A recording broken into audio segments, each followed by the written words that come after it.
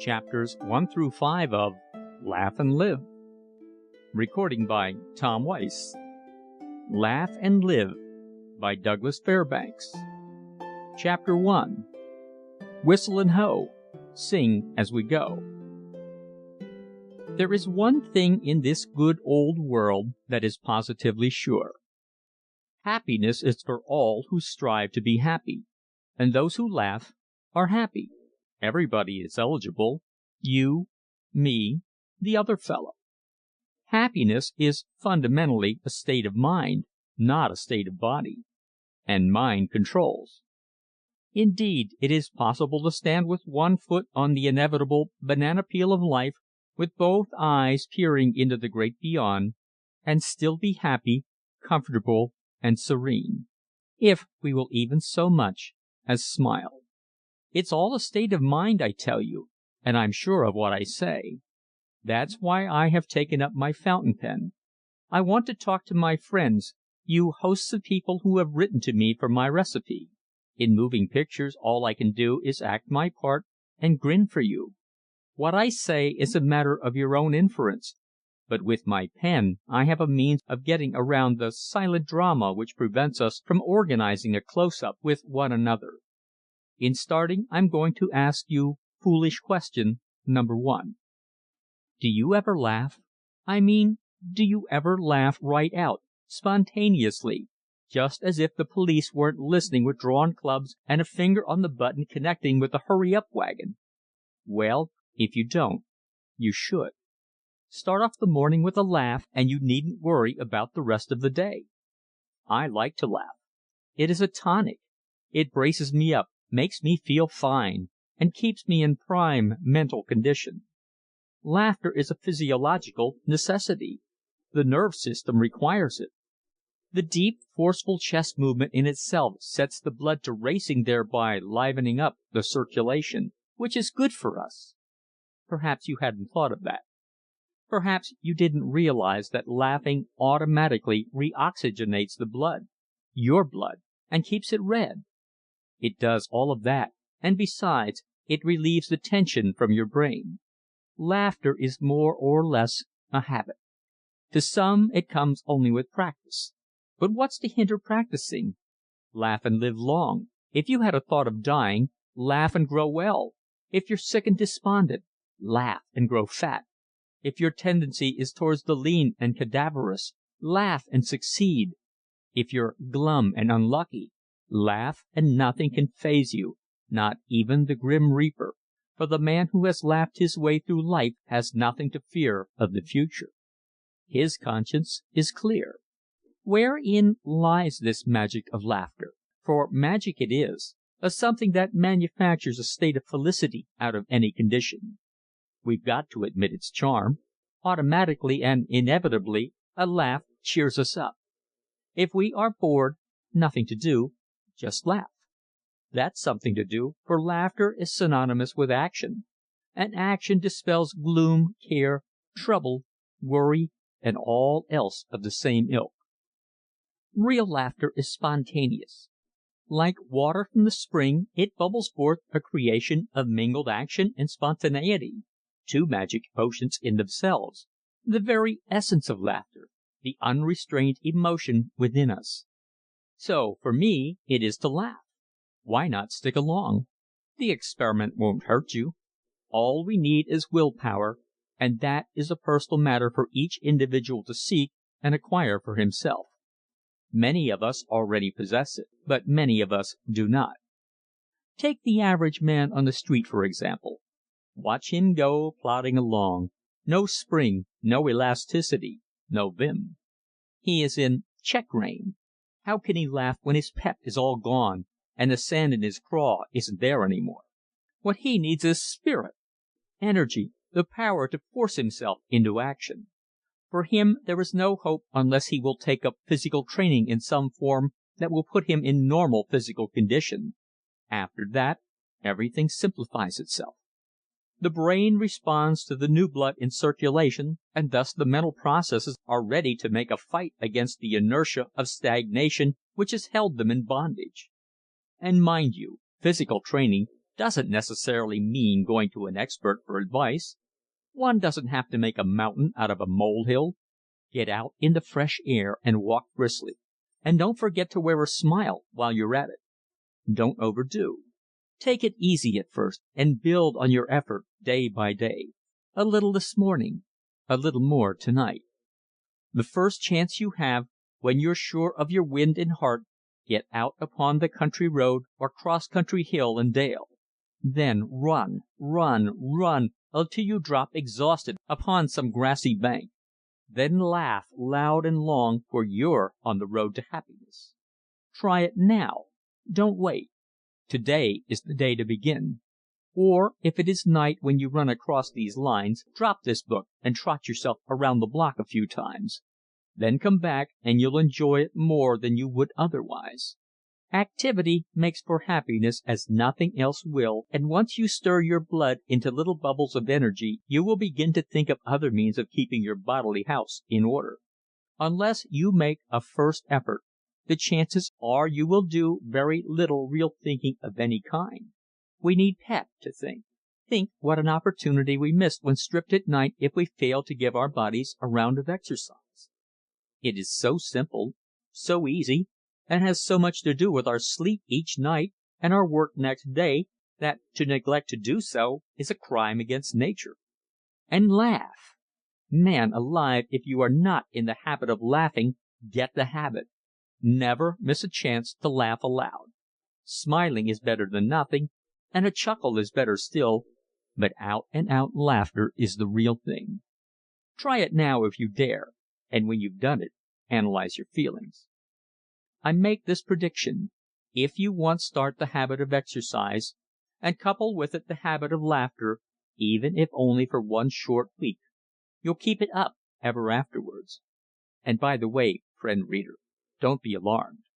The personal pronouns I and you give place in succeeding chapters to the more congenial editorial we. I couldn't resist the temptation to enjoy one brief spell of intimacy just for the sake of good acquaintance. Have a laugh on me. End of chapter 1. Chapter 2. Taking stock of ourselves. Experience is the real teacher, but the matter of how we are going to succeed in life should not be left to ordinary chance while we are waiting for things to happen. Our first duty is to prepare ourselves against untoward experiences, and that is best done by taking stock of our mental and physical assets at the very outset of our journey. What weaknesses we possess are excess baggage, to be thrown away, and that is our reason for taking stock so early. It is likely to save us from riding to a fall. There is one thing we don't want along: fear. We will never get anywhere with that, nor with any of its uncles, aunts, or cousins. Envy, malice, and greed. In justice to our own best interests, we should search every crook and cranny of our hearts and minds lest we venture forth with any such impedimenta. There is no excuse, and we have no one to blame if we allow any of them to journey along with us. We know whether they are there or not, just as we would know courage, trust, and honor were they perched behind us on the saddle. It is idle to squeal if, through association with the former, we find ourselves ditched before we are well under way. For it is coming to us, sooner or later. We might go far, as some have done, through the lanes and alleys of ill-gotten gains and luxurious self-indulgence, but we would pay in the end. So, why not charge them up to profit and loss at the start and kick them off into the gutter where they belong? They are not for us on our eventful journey through life, and the time to get rid of them once and for all is when we are young and mentally and physically vigorous. Later on, when the fires burn low, and we still have them with us, they will be hard to push aside. To thine own self be true, says the great Shakespeare, and how can we be true to our own selves if we train with inferiors? We are known by our companionships. We will be rated according to association, good or bad. The two will not mix for long, and we will be one sort of a fellow or the other. We can't be both. There was a time, long years ago, In the days of our grandfathers, when men went to the bow wows and later on came back as it were by making a partial success in life, measured largely by the money they succeeded in accumulating. That was before the checkup system was invented. Today things are different. Questions are asked. Where were you last? Why did you leave there? Have you credentials? And when we shake our weary head and walk away, we fondly wish we had taken stock back there when the taking was good. To thine own self be true, and it must follow as the night the day, thou canst not then be false to any man. When we analyze ourselves and find that we are living up to the quoted lines above, we may safely lift the limit from our aspirations. Right here it is well to say that success is not to be computed in dollars and cents, nor that the will to achieve a successful life is to be predicated upon the mere accumulation of wealth. First of all, good health and good minds. Then we may laugh long and loud. We're safe on first. So, with these two weapons we may dig down into our aspirations, and, keeping in view that our policy is that of honesty to ourselves and toward our fellow man, all we need to do is to go about the program of life cheerfully and stout of heart. For now we are in a state of preparedness. We are at the point where vision starts. Along with this vision must come the courage of convictions in order that we may feel that our ideas are important. And because we have such thoughts, we shall surely succeed. It has often been noticed that when we have had a large conception and have with force character and strength of will carried it into effect, immediately thereafter a host of people have been able to say, "I thought of that myself."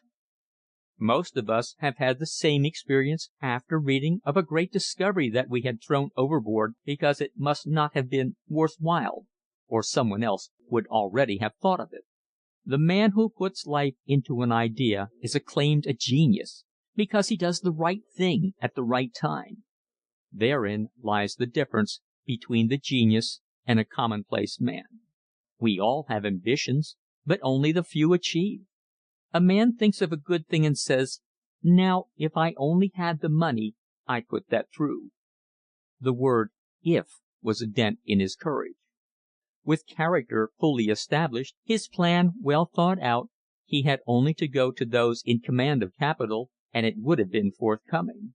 He had something that capital would cheerfully get behind if he had the courage to back up his claims. To fail was nothing less than moral cowardice. The will to do had not been efficient. There was a flaw in the character, after all. Going back, therefore, to the prescription, we find that a sound body, a good mind, an honest purpose, and a lack of fear are the essential elements of success. So, when we have conceived something for the good of the world, and have allowed it to go by default, we have dropped the monkey wrench into the machinery of our preparedness. We must look about us for a reason. Have we fallen by the wayside of carelessness? Have we allowed ourselves to be discouraged by cowardly ifs? Did we lack the sand? Exactly so. We didn't have the courage of our convictions. Life is the one great experience, and those who fail to win, if sound of body, can safely lay the blame to their lack of mental equipment. What does it matter if disappointments follow one after the other, if we can laugh and try again? Failures must come to all of us in some degree, but we may rise from our failures and win back our losses if we are only shrewd enough to realize that good health, sound mind, and a cheerful spirit are necessary adjuncts. As Tennyson says, "I held a truth with him who sings to one clear harp in divers tones, that men may rise on stepping stones of their dead selves to higher things." All truly great men have been healthy, otherwise they would have fallen short of the mark. Prisons are filled with nervous, diseased creatures. There is no doubt but that most of these who, through ignorance, sifted through to the bottomless pits could have saved themselves had they realized the truth and taken stock of themselves in time, of course allowing for those who are victims of circumstantial evidence. The prime necessity of life is health. With this, for mankind, nothing is impossible. But, if we do not make use of this good health, it will waste itself away and never come back. It often disappears entirely for lack of interest on the part of its thoughtless owner. A little energy would have saved the day. A little pep, and we laugh and live. Laughter clings to good health as naturally as the needle clings to the magnet. It is the outward expression of an unburdened soul. It bubbles forth as a fountain, always refreshing, always wholesome and sweet. In taking stock of ourselves, we should not forget that fear plays a large part in the drama of failure. That is the first thing to be dropped. Fear is a mental deficiency susceptible of correction if taken in hand before it gains an ascendancy over us. Fear comes with the thought of failure. Everything we think about should have the possibility of success in it if we are going to build up courage. We should get into the habit of reading inspirational books, looking at inspirational pictures, hearing inspirational music, associating with inspirational friends, and above all, we should cultivate the habit of mind of thinking clean and of doing wholesome things. Guard thyself. That is the slogan. Let us take stock often and see where we stand. We will not be afraid of the weak points. We will get after them and get hold of ourselves at the same time. Some book might give us help. A fine play or some form of athletics will start us to thinking. Self-analysis teaches us to see ourselves in a true light without embellishments or undue optimism. We can gauge our chances in no better way. If we grope in the darkness, we haven't much of a chance. Taking stock throws a searchlight on the dark spots and points the way out of the danger zone. End of chapter 2. Chapter 3. Advantages of an early start. It is the young man who has the best chance of winning. Then why shouldn't youthfulness be made a permanent asset? We have recovered from the idea of putting a man into a sanatorium just because a few gray hairs show themselves in his head. We should not ask him how old he is. We should ask, what can he do? The young man may have the advantage of years, but the older one has the advantage of experience and knowledge. Now, if this older man could carry along with him that spirit of youth which actuated his earlier activities, he would be prepared against incapacity. Our fate hangs on how we conduct ourselves in youth. The world has great need of the sober, thoughtful men above the 50 line. By right of experience and knowledge, they should become our leaders in the shaping of our policies. It is all a matter of how a man comes through mentally, physically, and spiritually. Age should not count against him. The first thought is to keep healthy. In fact, we cannot harp on this too much. The second requirement is confidence in ourselves, without which our career is short-lived. Already we perceive that one must keep track of his inner self. This breeds confidence.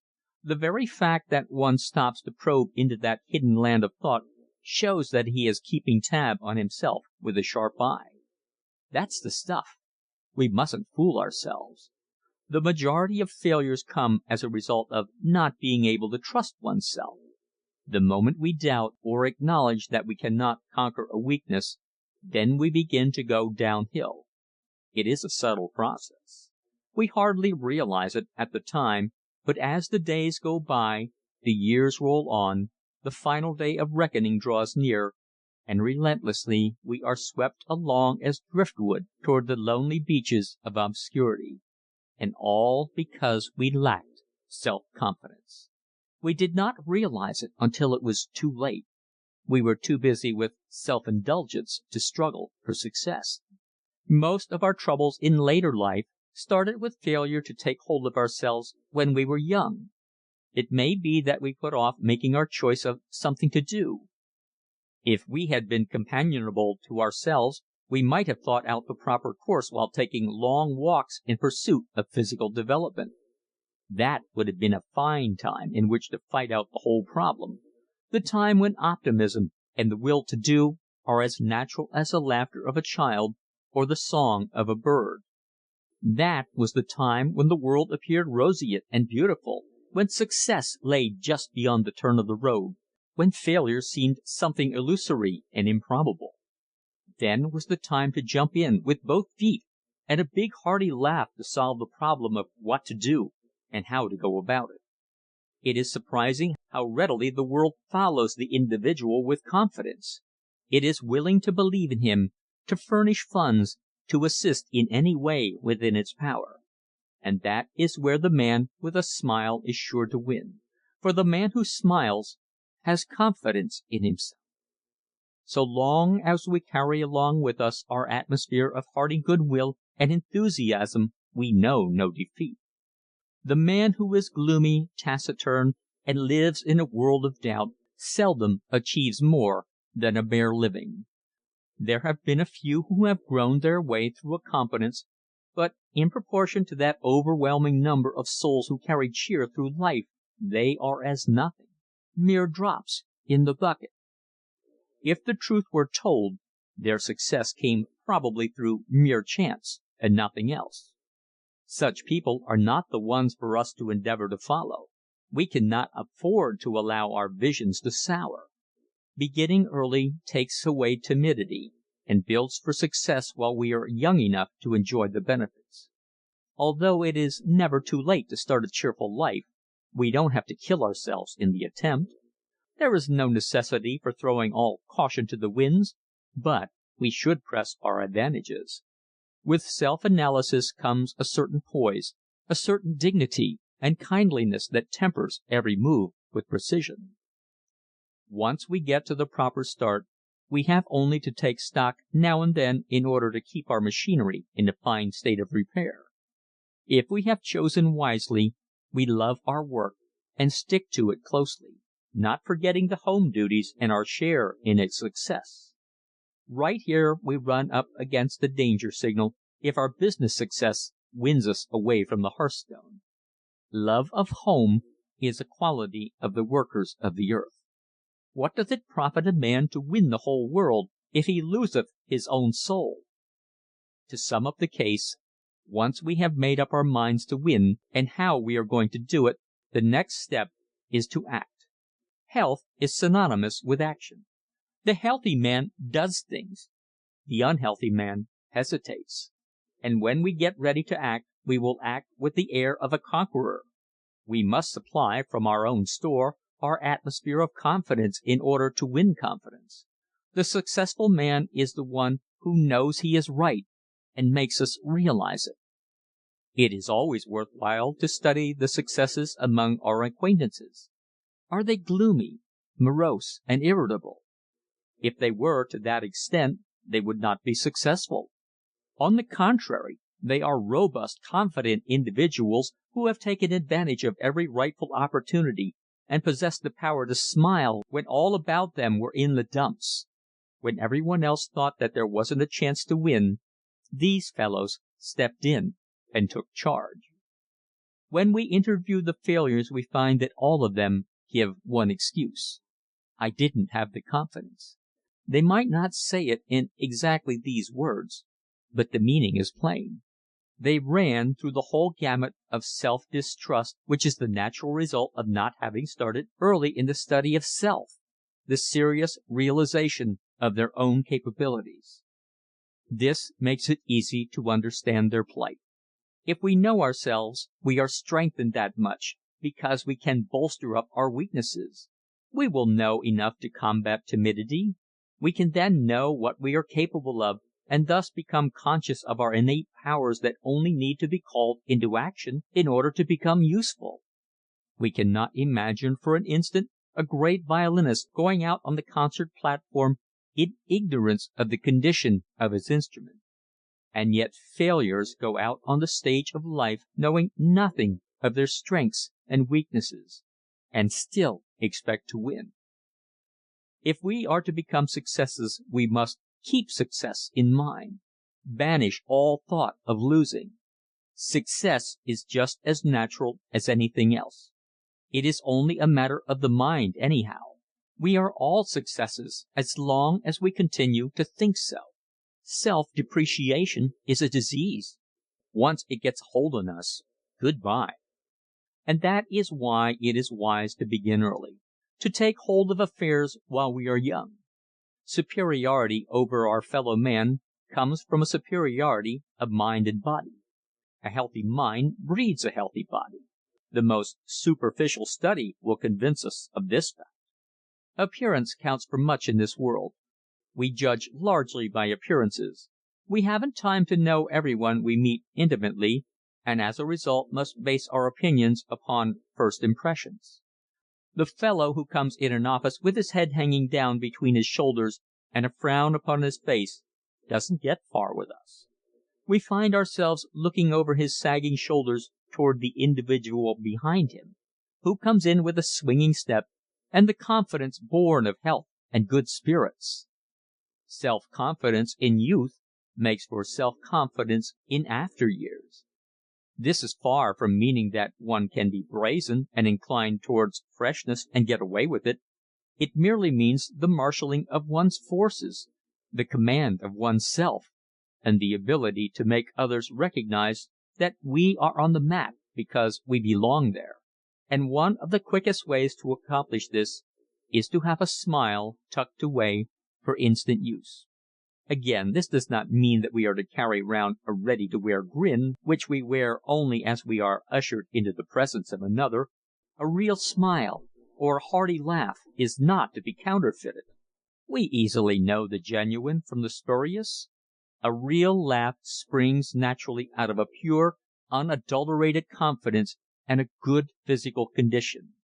What triumphs, what splendid battles have been won through the ability to laugh at the right moment.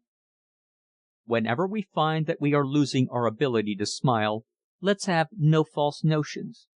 We are neglecting our physical well-being. Let us then and there drop the somber thoughts and get out into the open air. Run down the street and if possible out into the country. If we see a tree and have the inclination to climb it, well, then climb it.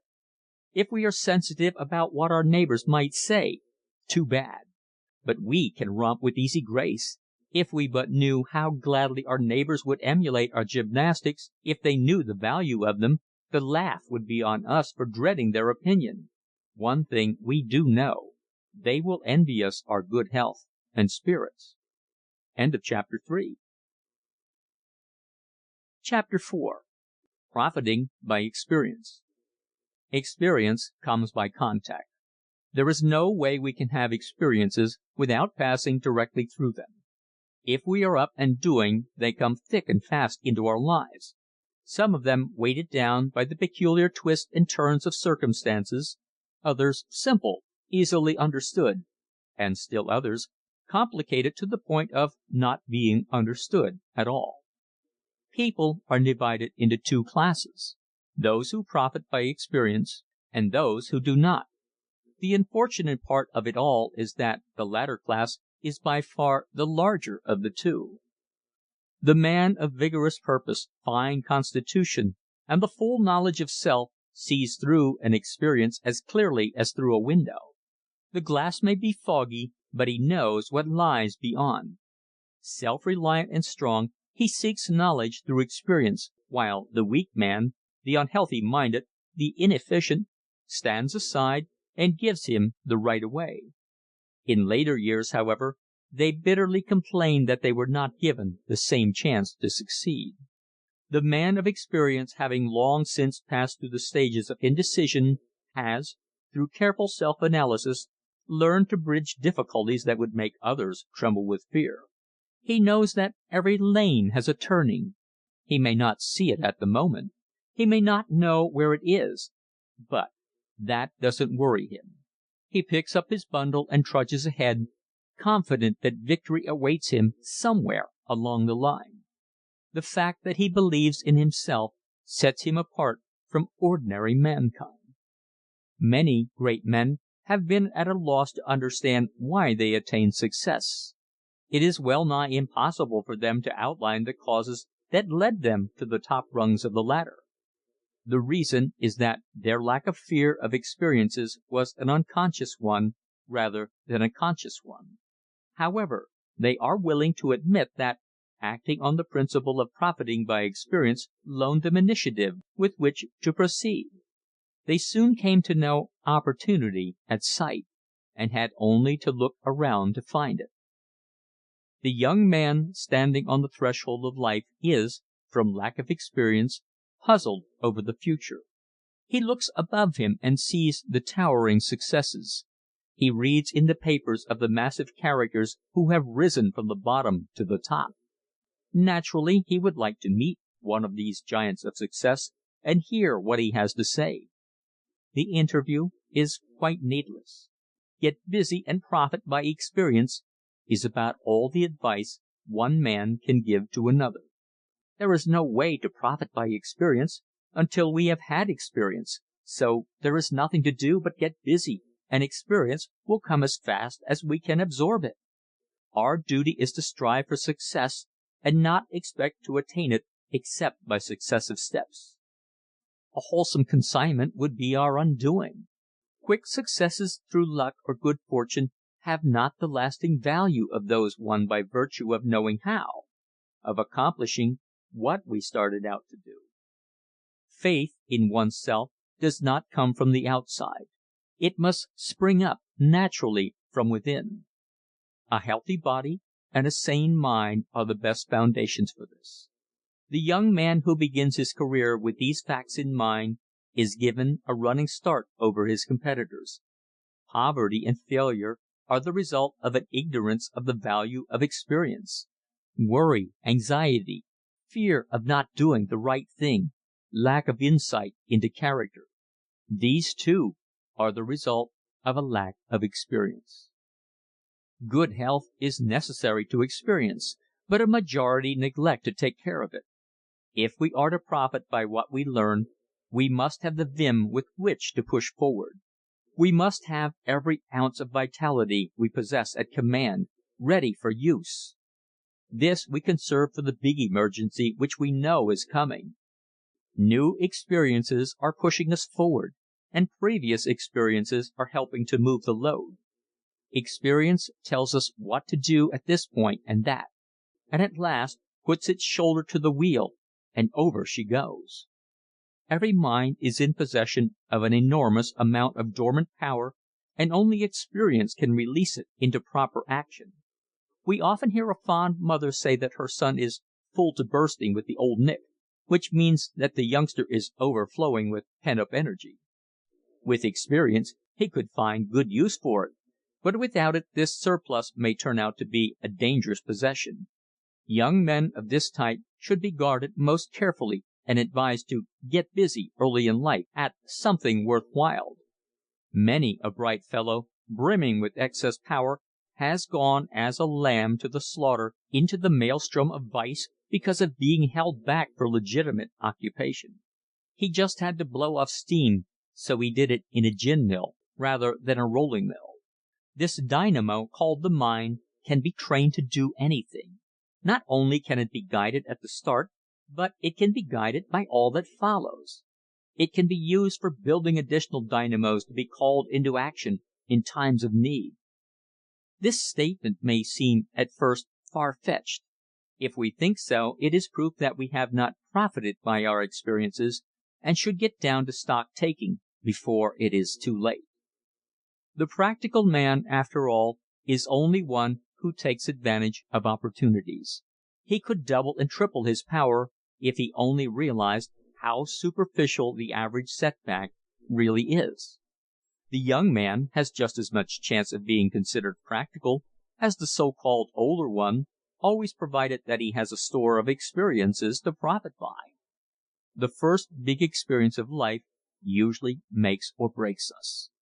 For this experience we need to be prepared. We must have a strong heart that we may bear defeat nobly from this not to be our last kick, our last breath, not by a jugful. We are going to start all over again after our setback, and we are not going to wait any longer than it takes to bury the dead. This will be done decently and in good order, our training will admit of no indecorum. If the smash was a bad one, we will assume the liability nevertheless and get back on the job. We are out to win, and eventually we will win. And that is what we mean by taking profit from experience. The powers that break down are also the powers that build up. The electrician who handles the motor could just as well end his own existence by that mysterious current as he could make use of it for the good of humanity. He spends years of conscientious study and masters the knowledge of it so that its uses are as simple as his ABCs.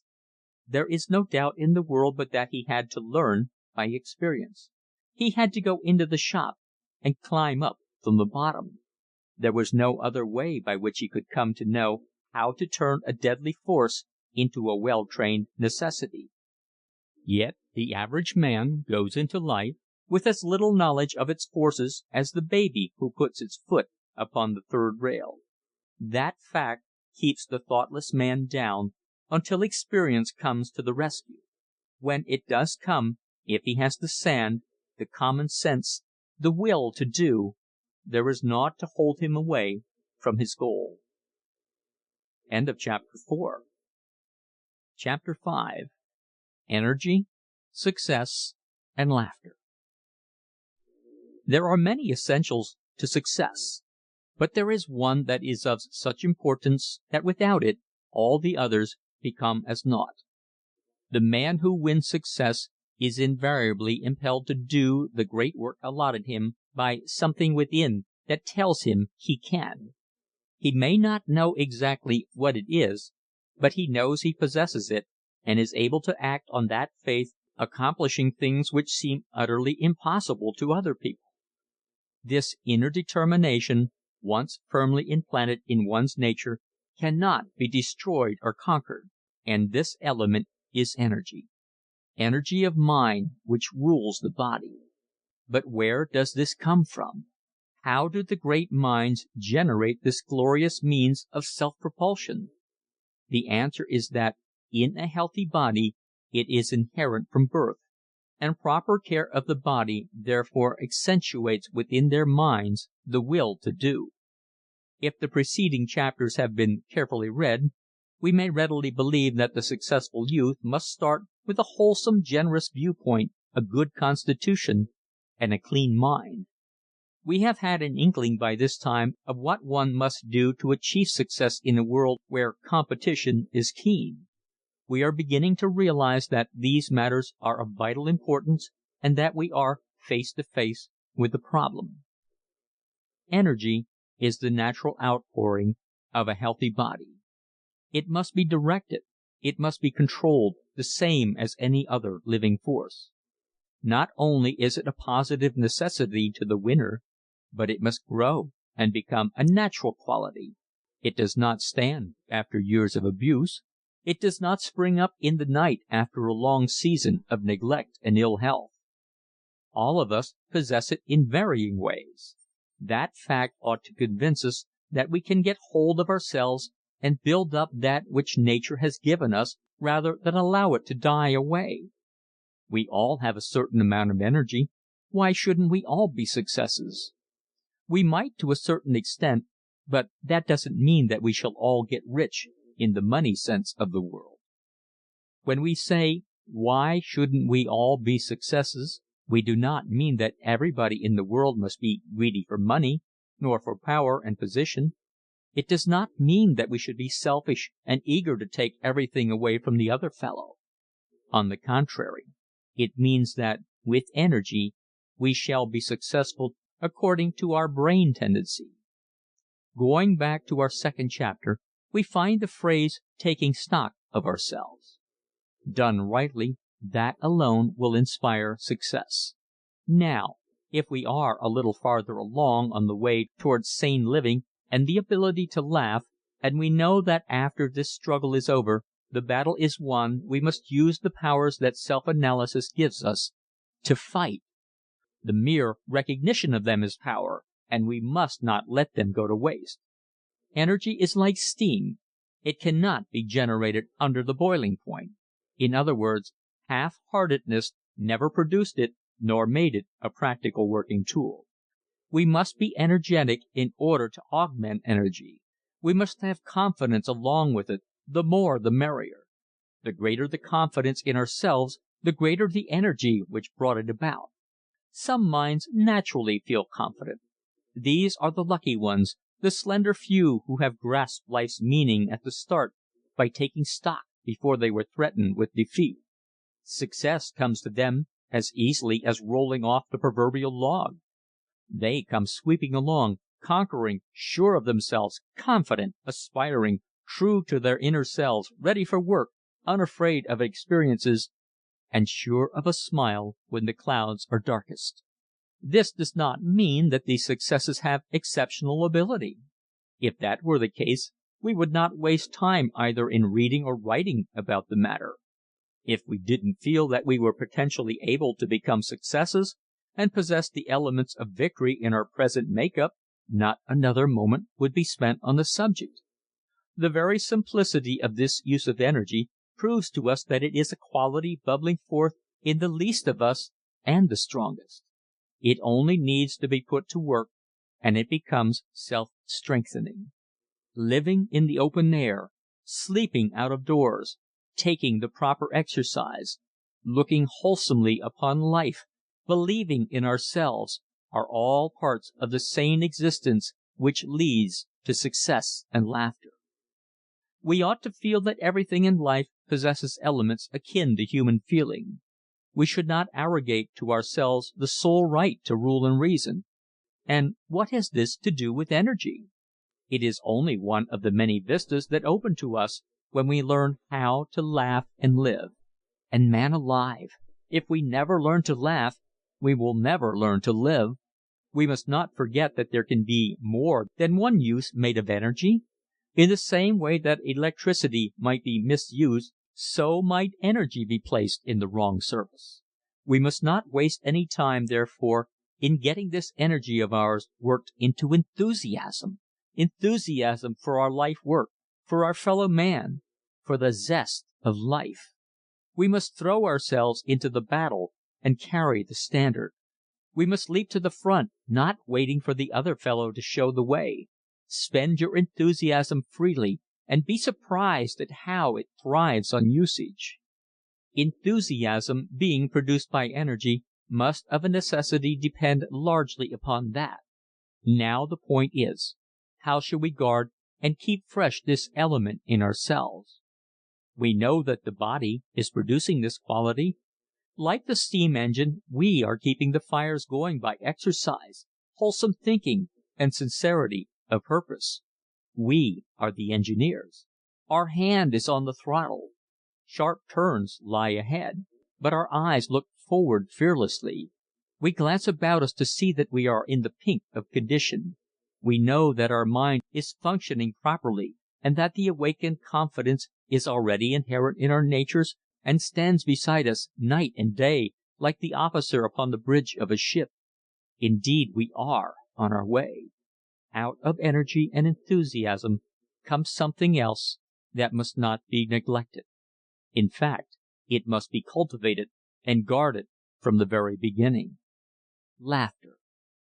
The mere possession of energy and enthusiasm makes us feel like laughing. We want to leap and jump and dance and sing. If we feel like that, don't let us be afraid to do it. Get out in the air and run like a schoolboy.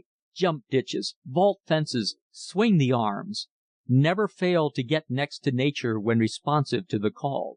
Indeed, we may woo this call from within ourselves until it comes to be second nature. And when we rise in the morning, let us be determined that we will start the day with a hearty laugh anyhow. Laugh because you are alive. Laugh with everything. Let yourself go. That is the secret, the ability to let one's self go. If we follow this religiously, we will be surprised how successful the day will be. Everything gives way before it. End of chapter 5. Chapter 6. Building up a personality. More and more, personality is coming into its own as man's greatest asset. There was never a day when it was not, But in former years this essential quality was not listed under the name personality. Had we lived in the days of our fathers' youth, we would have heard about remarkable men, men of big caliber, large character, splendid presence, and the like. But it remained for our day and generation to discover the real word, personality, meaning the most perfect combination possible of man's highest attributes. At least, that would be the definition in its fullest sense. Of course, everyone has a certain personality, and, no matter in what degree, its possession is valuable. Personality is an acorn, so to speak, which may be cultivated into a sturdy oak. Personality is one's inner self, outwardly expressed. It represents the conquest of our weaknesses and naturally impresses our strength of character upon others. With personality, our foundation is firm. On this pedestal we may stand squarely and face life with equanimity. For such there is no end to achievement while good health and youthful spirit remain. It is impossible to come into the presence of a personality without becoming immediately aware of it. It is reflected by people of small stature, poor physiques, homely visages, as well as men of the highest physical development. The great Napoleon was just above 5 feet, while Lincoln towered over the 6-foot line. Men of personality are the last to say die. Their store of combativeness carries them beyond their real span of existence either in years or achievement. Thus the mind shows its mastery over matter. Alexander Pope was still writing while propped up upon the pillows of his deathbed. Mark Twain joked with friends when he knew his hour was at hand. Personality is magnetic. It can charm the friend or put fear into the heart of the enemy. Joan of Arc, a frail woman, won battles at the head of her troops. History is filled with incidents where men of personality have turned defeat into victory by leading their soldiers back into the fray. Wholesome personality is the fulfillment of self-development, physically, mentally, and spiritually. But all personality is not wholesome, for it often shows in the face of a man who is a rogue at heart. Therefore, all personality is not for the good of the world. It is only of the wholesome kind that we speak. To such as possess it, the goal is divine.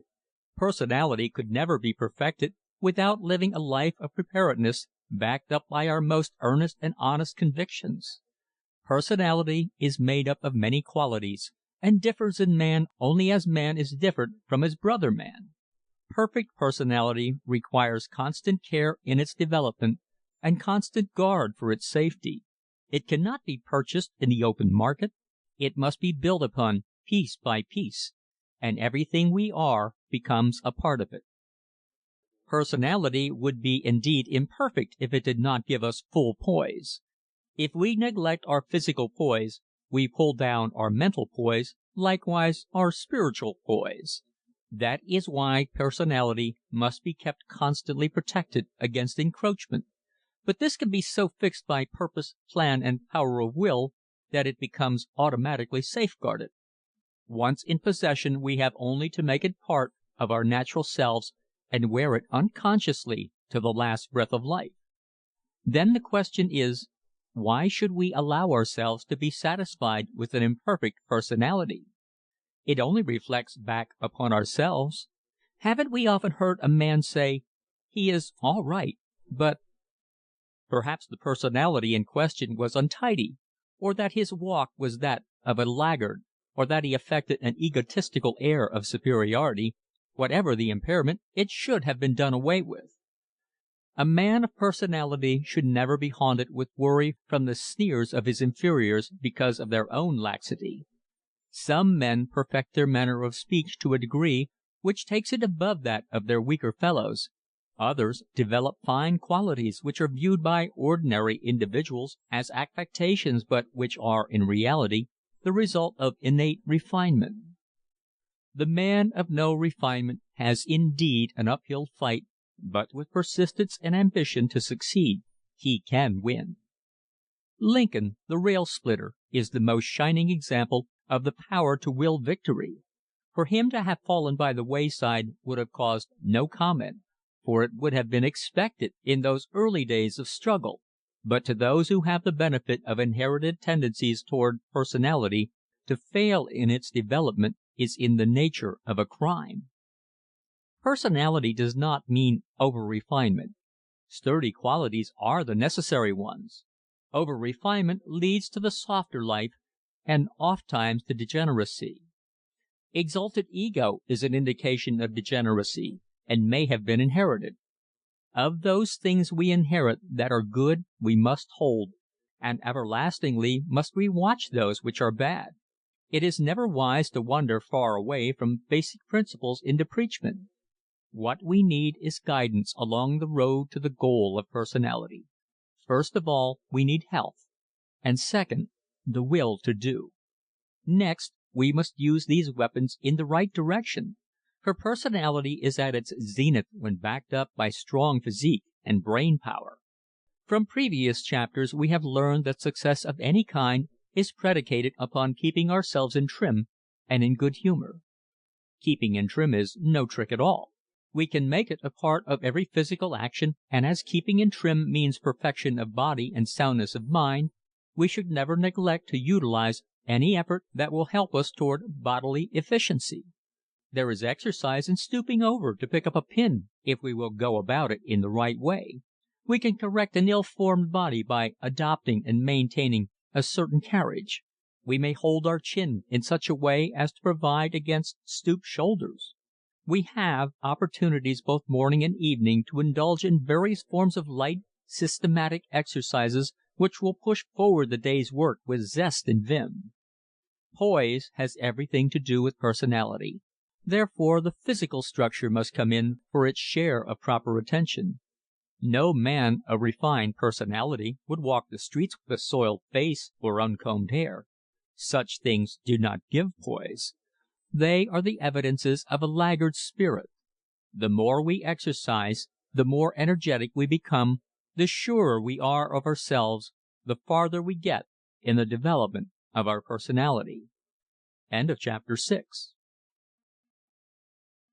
Chapter 7. Honesty, the character builder. Just as the straight line is the shortest distance between 2 points, so is honesty the only proper attitude of one person toward another. Without it, there is no understanding possible. It must always remain supreme as a quality without which character becomes a sham, a superficial thing that has no basis in fact. The ability to look the other fellow in the eye is as necessary to character as the foundation is to a house. It comes out of that great within which we are now exploring. It arises from the courageous facing of our weaknesses and becomes a part of the man who knows himself and laughs with life at the mere joy of living, doing, accomplishing, winning against all odds. Honesty accompanies a proper self-esteem, and its cultivation should become a part of our earliest education. It doesn't grow anywhere except within ourselves, and will never be handed to us on a silver platter. If we fail to find it when we are young, it will have small chance of obtaining a grip on us later. It is the one quality with which to crown our highest attributes. It is final proof that we are capable of just thought and square dealing, and is proof positive that we are part and parcel of the wholesome spirit which rules the universe. Its possession is greater than riches, for its dividend is happiness and contentment, and we cannot go wrong if we so live that we can look any man in the eye and tell him the truth. To live in the full sense means to be alert. Whatever high moral plane we shall achieve must be held against all temptation. There is no compromise. Self-deceit is nothing less than self-stultification. We only fool ourselves and soon find ourselves slipping downhill.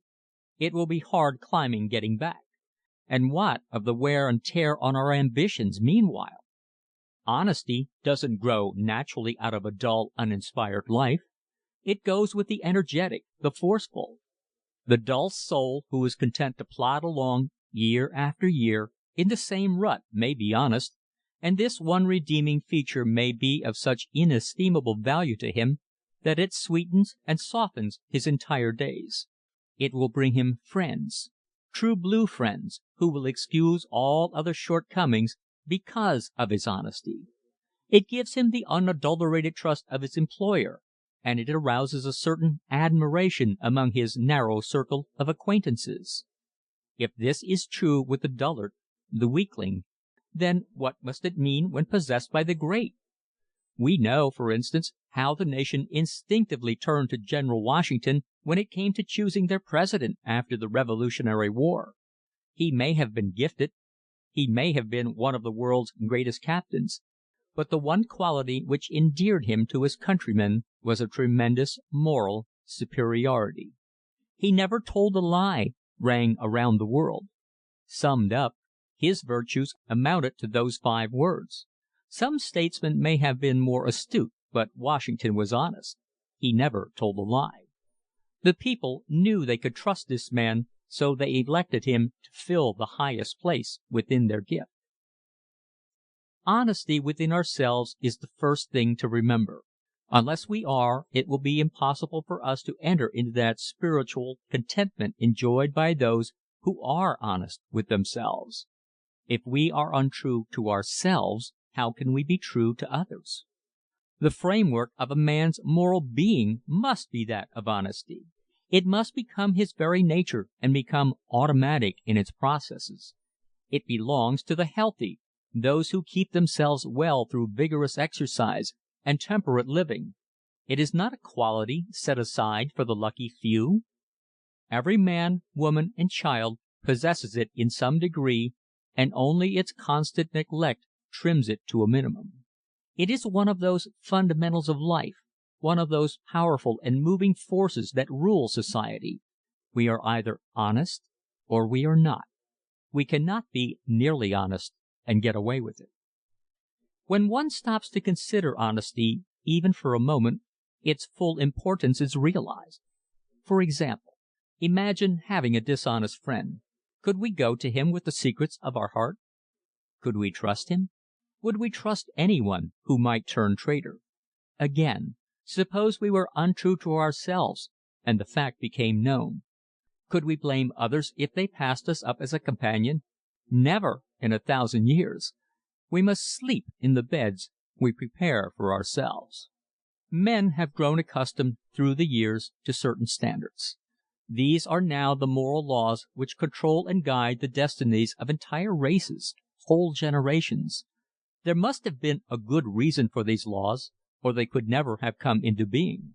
Society does not adopt many unnecessary rules, but among the vital laws, honesty stands out in bold relief. It has become deeply embedded in the minds of mankind that everyone must be true to himself. It is taken for granted that those who are not would naturally be false to everybody. The reason for this lies in the fact that society will not proceed with any course of action without being able to trust its members. The general in charge of an army would have a hard time of it if he were unable to place faith in the subordinate to whom he gave instructions that might lead to a crisis in the battle.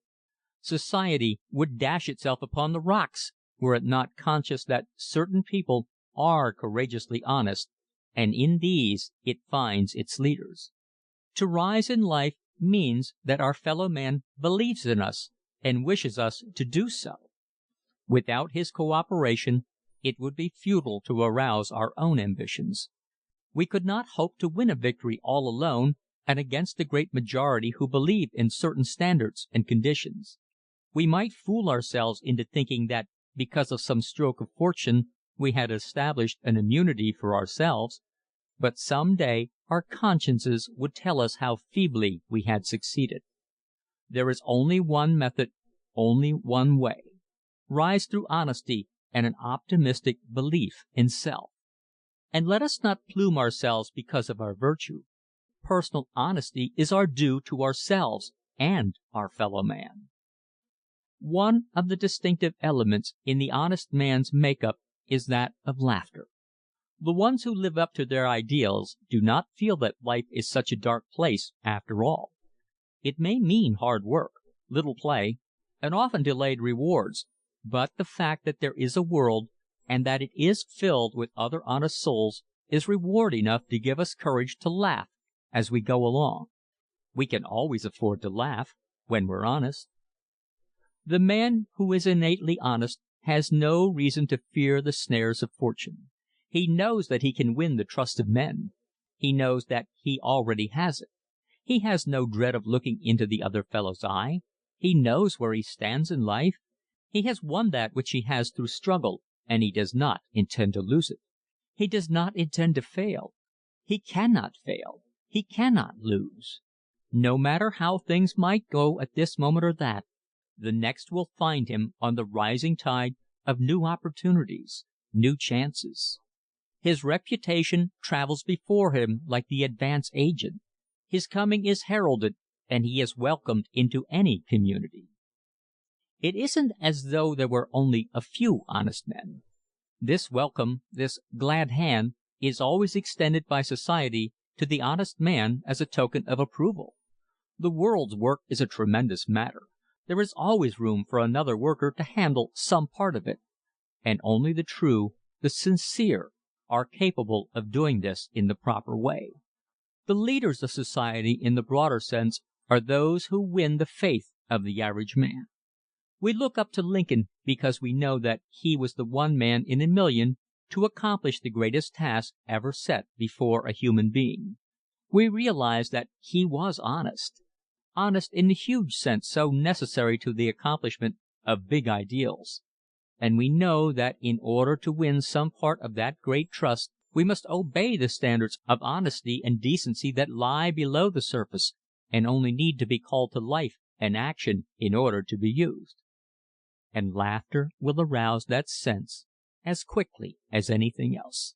The man who is capable of laughing heartily is not apt to be the one who carries some conscience-stricken thought around with him. It's the easiest thing in the world to detect an untrue laugh. The real laugh springs out of the depths of being and comes with a ringing sense of security and faith in oneself. It goes with the workman in the early morning when he swings along the road to the factory. It accompanies the soldier into battle. It arouses the clerk from lethargy. It brightens the sick room. It raises us all to unexplored heights, and as evidence of our state of mind it can mean only one thing: honesty and sincerity. No character can exist without this outward exhibition of an inward honesty. The mere cultivation of laughter would eventually lead to honesty. The fact that you are laughing, enjoying life, awakens you to a spirit of security and a feeling of the joy of living. Gloomy men are the ones whose tendency is toward crime and trouble.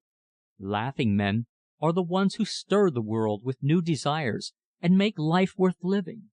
Therefore we say, laugh and live. End of chapter 7. Chapter 8. Cleanliness of Body and Mind. If we interview many of life's failures, we will find that the overwhelming majority went down because of their neglect to get out of an environment that was not stimulating and because their ambitions had grown rusty and inefficient to cope with depressing circumstances. The prisons and other institutions are filled with people who did not make any attempt to get away from the vicious surroundings in which they lived. They were like tadpoles that had never grown to frogs. They just kept swimming around in their muddy puddles, and, not having grown legs with which they could leap out onto the banks and away to other climes, they continued to swim in monotonous circles until they died. In other words, the failure is a man who dwells in muddy atmosphere all his days, who is content to remain a tadpole, and who never attempts to take advantage of any opportunity. He becomes unclean, so to speak. And that is what we mean by this chapter heading, Cleanliness of Body and Mind. It was not intended to point out the proper way to keep our faces and hands clean, or as a sermon, but rather to show ourselves that the clean body begets the clean mind, the two together constituting compelling tendencies toward the clean spirit. A move in the direction of these takes us out of the rut of life. No matter what cause we dig up with which to explain our success in life, we cannot neglect this one important one: the careful selection of our acquaintances. And this doesn't mean that one must be a snob. Far from it. It only means that the successful man, the man who wishes to rise in life, should not spend his days in the company of illiterate companions who do not possess ambition of heart or the will to do the work of the world. It means that life is too short to hang around the loafing places with the driftwood of humanity, listening to their stories of failure, and drinking in with liquor some of their bitterness against those who have toiled and won the fruits of their toil. It means that we will not go out of our way to seek the friendship of men and women who are simply endeavoring to gain happiness in life without paying for it. It means that we will do all in our power to win friends who aspire nobly and by so doing inspire those with whom they come in contact. Such men are naturally clean of mind and body. We must remember always to live in a world of clear thought that will stimulate our ambitions.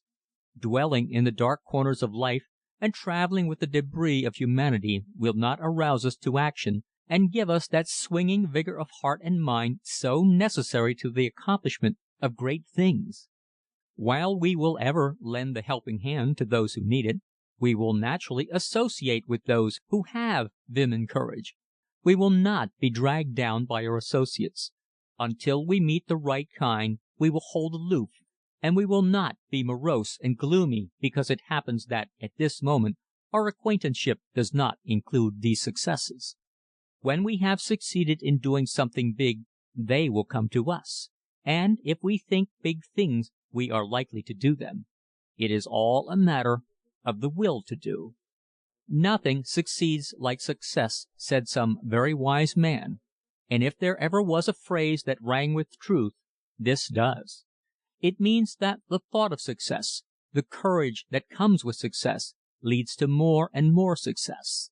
It means that the thinker of these thoughts is living in a clean, wholesome atmosphere, along with those who are determined and in earnest. It means that they have caught the fervor of true life, a healthy, contagious fervor which permeates the blood swiftly once it gets a hold, and like electricity it vivifies and stirs the spirit with renewed energy day after day, year after year. Once it wins us, it will stick with us. The success of those about us will shake our lethargic limbs and stimulate us to a desire to do as they do. We will be in a world of clean thought and action, and our lives will mirror their lives. Our thoughts will be filled with wholesome things and with good health. We will win in spite of all obstacles. Cleanliness is the morale of the body and the mind. The man who is careful of his linen and who does not neglect his morning plunge is not apt to be gloomy and morose. We noticed him in the car or on the street in the morning. He comes striding along, fresh and full of the zest of living. His mind is clear and unclouded. His eyes are full of that vigorous light of conscientious desire to win and do so honestly. He has none of the hypocritical elements in his nature strong enough to rule him. There may be, and probably are, many weaknesses in his character. His very strength consists in his ability to crush them and make them his slaves. The man who has taken his morning plunge and dressed himself agreeable to comfort and grace has his battles of the day won in advance. He knows the value of keeping himself in trim. He does it for the sake of his own feelings. Our approval of his appearance goes without saying. If a man thinks well of himself in matters of appearance, his general deportment is likely to coincide. Such men never overdo. They are at ease with themselves, and thus impart ease to others who come in contact with them. They have, in other words, a distinction of their own, and their distinction is their power. They know that the highest moral law of nature is that of cleanliness, that filthiness should not be allowed to dominate any man's ethics or physical condition. They rule such things out of their lives. A vast magnetic force comes out of those friends of ours who are doing things and making the world sit up and take notice. The mere fact that we live near to them, know them, and associate with them is proof positive that we, too, shall go through life with clean minds and bodies. They would not tolerate us if we were to slip into shoddy ways. Nothing is revealed quicker to our intimates than the losing of ambition, the slipping into careless habits. We cannot conceal it from them. We fool only those who brush by.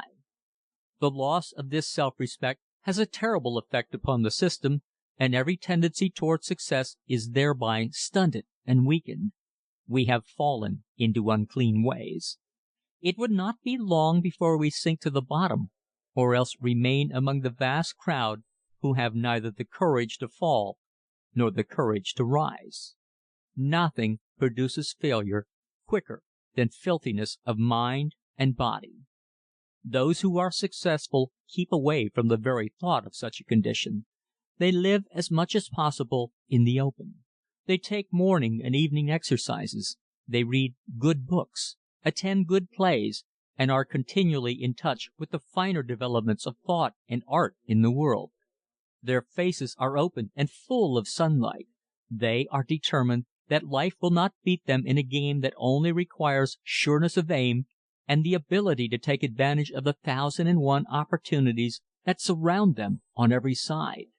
Cleanliness stands paramount in its importance to success.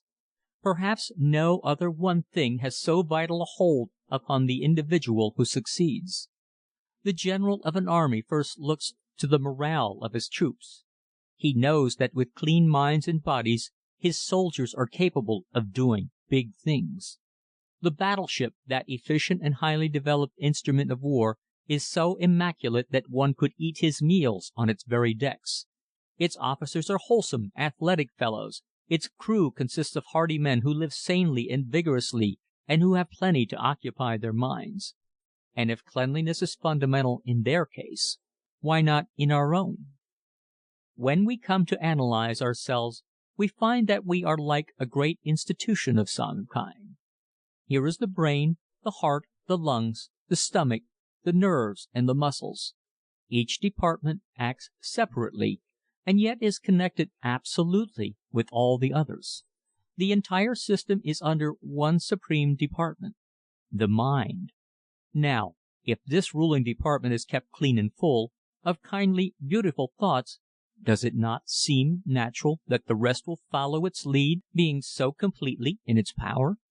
We realize this, and the mere realization is something done towards the accomplishment of an ideal life in a world of cleanliness and beauty. System is one of the finest tools in existence with which to build one's life into something worthwhile. The body must be run on a system as well as the mind. The stomach must not be overloaded with unnecessary food. The lungs must not be filled with impure air.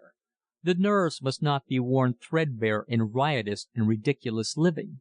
The muscles must be kept in trim with consistent exercise of the proper sort. We must recognize the wants, the needs of the physical system, and see that they are supplied. Roosevelt, perhaps more than any other living man today, has given vitality to the supreme necessity of cleanliness of mind and body. He has, by reason of his great prominence, been able to emphasize these two vital essentials. He called a spade, and his message went far. For those who knew the value of his words came nods of approval. Others took heed. From boyhood he has systematized his life, taking the exercise needed, filling his mind with the learning of the world, winning when others would have failed, profiting by experience allotted to him through fate's kindly offices and association with the healthy, true men. What has been the result? He has risen to the very pinnacle of human endeavor. No honors await him. He has lived consistently and cleanly, and he can look any man in the eye and say honestly, "I have lived as I have believed." It is not necessary to become president in order to live sanely, to gain from circumstances the fruits that are ours for the asking and which have fallen into Roosevelt's hands with such profusion. We cannot all become presidents, but we can all emulate a shining example of mental and bodily morale. Just as we plunge into the cold water in the early morning, so should we regularly during the day plunge into the society of those whose splendid enthusiasm is helping to make the world a better place to live in. They are the kind who go into the struggle with heads high and with clean hearts. Their eyes see beyond the daily toil of life. They are in touch with the big things, and it is up to us to keep step with them. They want us, and they will give us the glad hand. All they want to know is whether our courage is equal to our ambitions, and whether our house of life is kept in good order. And so we journey along together in all good nature, not forgetting to laugh as we live. End of chapter 8. Chapter 9. Consideration for others. Consideration for others is man's noblest attitude toward his fellow man. For every seed of human kindness he plants, a flower blooms in the garden of his own heart. In him who gives in such a way, there is no hypocritical feeling of charity bestowed. His very act disarms the thought. It is as natural for an honorable man to show consideration to others as it is for him to eat and sleep. Acts of kindness are the outward manifestations of gentle breeding, a refinement of character in the highest sense of the word.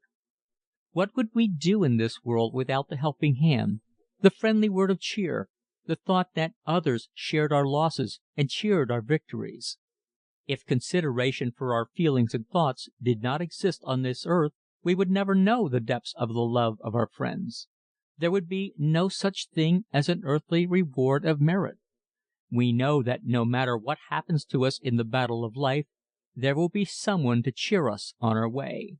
We may be strong and thoroughly able to rely upon ourselves, but there comes a time when we need friendship and sympathy. Society would crumble into dust without these influences. The family circle would degenerate into a hollow mockery if consideration each for the other was absent. It sweetens and makes wholesome what otherwise might only be an existence of monotonous toil. Consideration for others is the milk of human kindness. For what we do for others, our recompense is in the act itself. We should claim no other reward. Observation brings to view that they who give in real charity cloak their acts from the eyes of all save the recipient. Givers of this type rise to the supreme heights of greatness. It is a part of their wisdom to know what is best to be done, and they go about it as a pleasure as well as a duty. Consideration for others pays big dividends. It is a virtue that makes for strong friendships and true affections. Those who possess it have a hard time hiding their light under a bushel. In teaching fortitude to others, they partake of the same knowledge. In the hours of their own affliction, they retain their courage and keep their minds unsoured. They are the sure enough good fellows of life, and their presence is the signal for instantaneous good cheer. We all know them by their gentle knock at the door. In 1,000 ways they impress themselves upon our lives, have entered into our counsels, have given us the right advice at the right time, and when the sad day comes along, their strong shoulders are there for us to lean upon. Consideration for others is apt to be an inherent quality, but like everything else, it can be accentuated or modified according to our own determination. It is a growth that should be inculcated early in the lives of children, the earlier the better. A child's most impressionable age is said to be between its 4th and 5th years. Then is the time to teach it the little niceties of life, the closing of a door softly, tiptoeing quietly that mother may not be awakened from her nap, tidiness, cleanliness, good morals, all of which are to become vital factors in a life of consideration for others. A great many of us have the desire to be of service to others, but timidity holds us back. Say, for instance, one might see a person in great distress, and because of diffidence withhold the proffered hand. Someone we've known who comes to the point of penury, but has too much pride to ask assistance. We pass by, fearful that we might offend. How many times has this happened to us? Who knows but the best friend we have at this very moment would give us anything in the world if his pride would let him bridge that distance between us. Nevertheless, the desire to do the right thing was in itself helpful. The thought of doing something for someone was a correct impulse and should have been carried into action. Early in life we should have started our foundation for doing things in the cause of others. Putting off the time when we shall begin to obey our higher impulses toward helpfulness to our fellows is but a reaction in our own characters which dulls determination. We want to do it, but we won't. As time goes on, we just don't. That's all. Our good intentions have gone to pave the bottomless pits containing our unfulfilled heart promptings. We meant well, but we failed to act. We didn't have the courage. Our failures spread a gloom before us. We lost our chances for a happy life. The man with the ability to laugh has little diffidence about these matters. Having confidence in himself and being happy and alert, he goes to the friend in need with courage and the kind of help that helps. If he doesn't do it directly, he finds a way to reach him through mutual funds. He does not go about parading his kindness either. He has gained a sincere and beautiful pleasure out of aiding an old friend, and he can go on his way rejoicing that life is worth living when he has lived up to its higher ideals. Consideration for others does not necessarily involve only the big things. It is the sum and total of numberless acts and thoughts that make for friendship and kindliness. People who are thoughtful surely brighten the world. They are ever ready to do some little thing at the correct moment, and after a time we begin to realize how much their presence means to us. We may not notice them the first time, or the third, or the fifth, but after a while we become conscious of their persistence and we esteem them accordingly. Such men are the products of clean, straightforward lives. They are never too busy to exchange a pleasant word. They do not flame into anger on a pretext. Their code of existence is well ordered and filled to the brim with lots to do and lots to think about. The old saying, "If you want anything, go to a busy man," applies to them in this regard. The busier men are, the more time they seem to have for kindliness. Another word for consideration is service. Nothing brings a greater self-reward than a service done in an hour of need or a favor granted during a day's grind. The generous man who climbs to the top of the ladder helps many others on their way. The more he does for someone else, the more he does for himself. The stronger he becomes, the greater his influence in his community. Doing things for others may not bring in bankable dividends, but it does bring in happiness. Such actions scorn a higher reward. We have only to try out the plan to learn the truth for ourselves. A good place is to begin at home, then the office, or wherever life leads us. And in doing these things we will laugh as we go along. We will laugh and get the most out of living. Our little day-by-day kindnesses, when added together, constitute in time a huge asset on the right side of our ledger of life. We should start the day with something that helps another get through his day, even if it isn't any more than a smile and a wave of the hand, and he will remember us for it. It is said that advice is cheap, and for that reason is given freely. But the proper kind of advice is about as rare as the proverbial hen's tooth. In order to give real advice, we must understand the man who asks for it. If what we say to him is to become of value, we must see to it that his mind is put in proper shape to receive advice. Be sure that he laughs, or smiles at least, before we seriously take up his case. And when we have done our stunt in the way of advice, let's send him away with a fine good humor. A friendly pat on the back as he goes out our doorway may mean a bracer to his determination.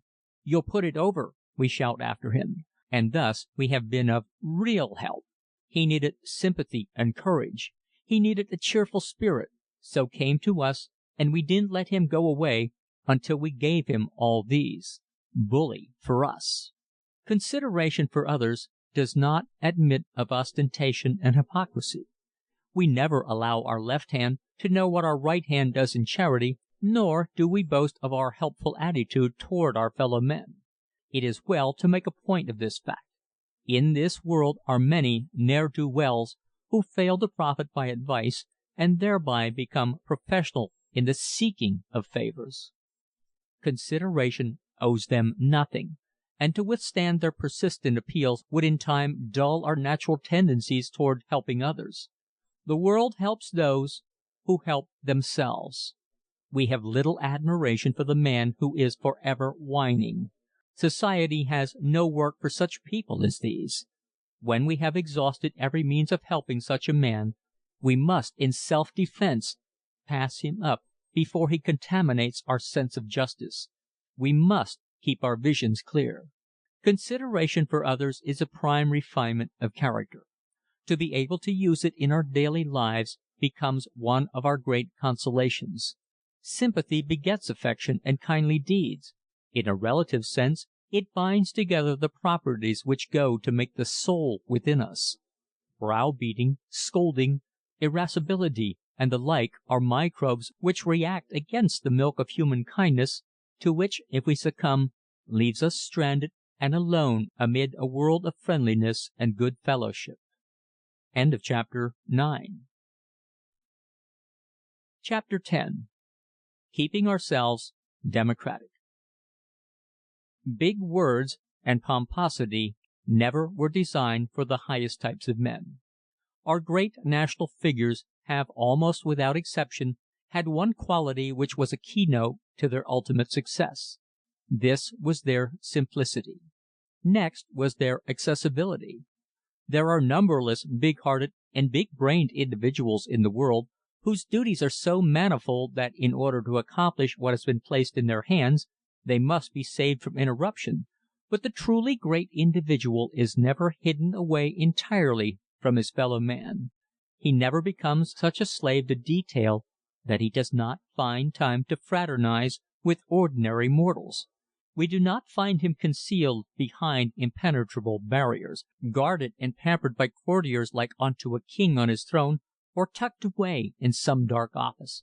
He wants to know everybody worthwhile, and everybody worthwhile is welcomed by him. He does not affect to know so much that he cannot be told something new. He is not the sort to refuse to see us at any reasonable time. We should not confound greatness, however, with notoriety. A man who by virtue of large publicity has compelled public notice isn't necessarily a great man, no matter how hard he may strive to make himself appear so. Especially is this true of the man who does not make a personal success corresponding to his advertised fame. In time he may have the earmarks of notability, but as Lincoln said, you can't fool all of the people all of the time. It is to be noted with satisfaction that the big captains of industry keep themselves free from petty details. I surrounded myself with clever men, said Andrew Carnegie in accounting for his success, and by the same token the men who took over his great affairs and gave them larger scope and power surrounded themselves with still other clever men, thus reserving their judgment and thought for the higher policies of their institution.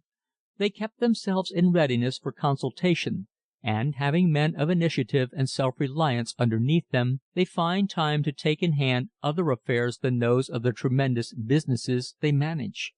Men of this type often become prominent in public affairs and develop into highly important citizens. The bigger the man, the less he encumbers himself with matters which can be delegated to others.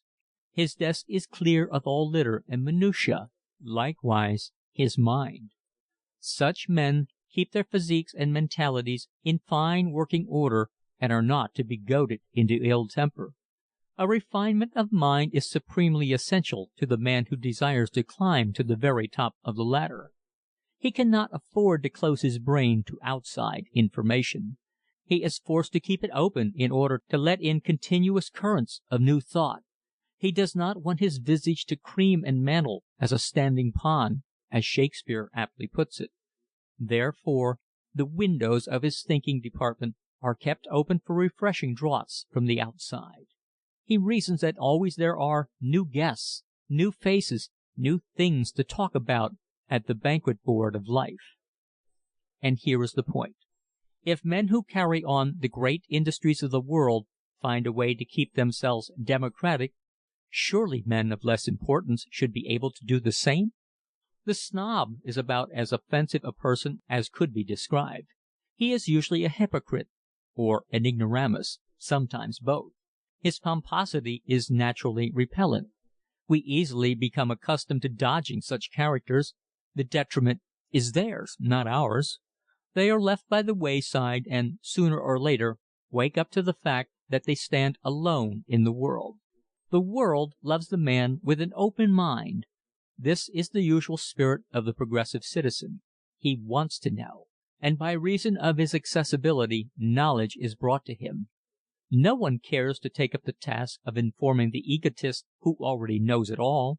Such is his inherent cussedness that we would rather let him warp in the oven of his own half-baked knowledge.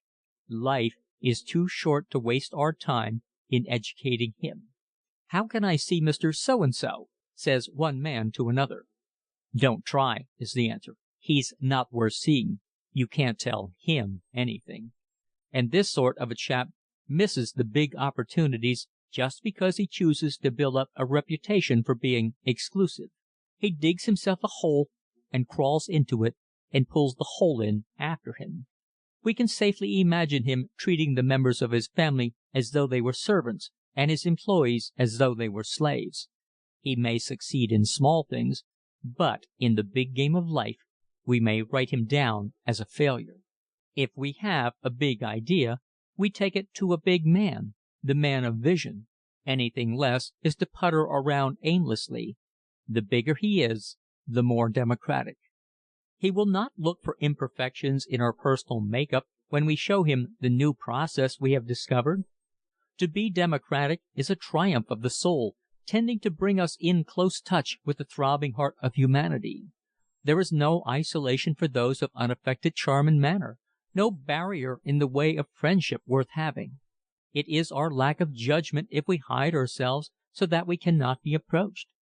No matter how high we rise, for the sake of our own brains, we must allow men of ideas to get to us. We must not allow our minds to become stagnant. If we fail to get into daily contact with other people, we soon grow dull and uninteresting even to ourselves. Great men may have no time to fritter away, but they have plenty of leisure for men worth while, the pushers and the thinkers. A democratic spirit does not come to the selfish man. He is absorbed in himself and is quite a hopeless case. He is a natural-born fault-finder and grouchy by nature. For him life holds no joy save the one in sight. Taking the big look at the man of this type, we can only be sorry for him because of his lack of early training. He started off on the wrong foot and thereafter drifted along. Seldom do we overcome the habits with which we arrive at man's estate. Those who do are entitled to a right-hand seat among the chosen. Being democratic is another phrase for being human and kind.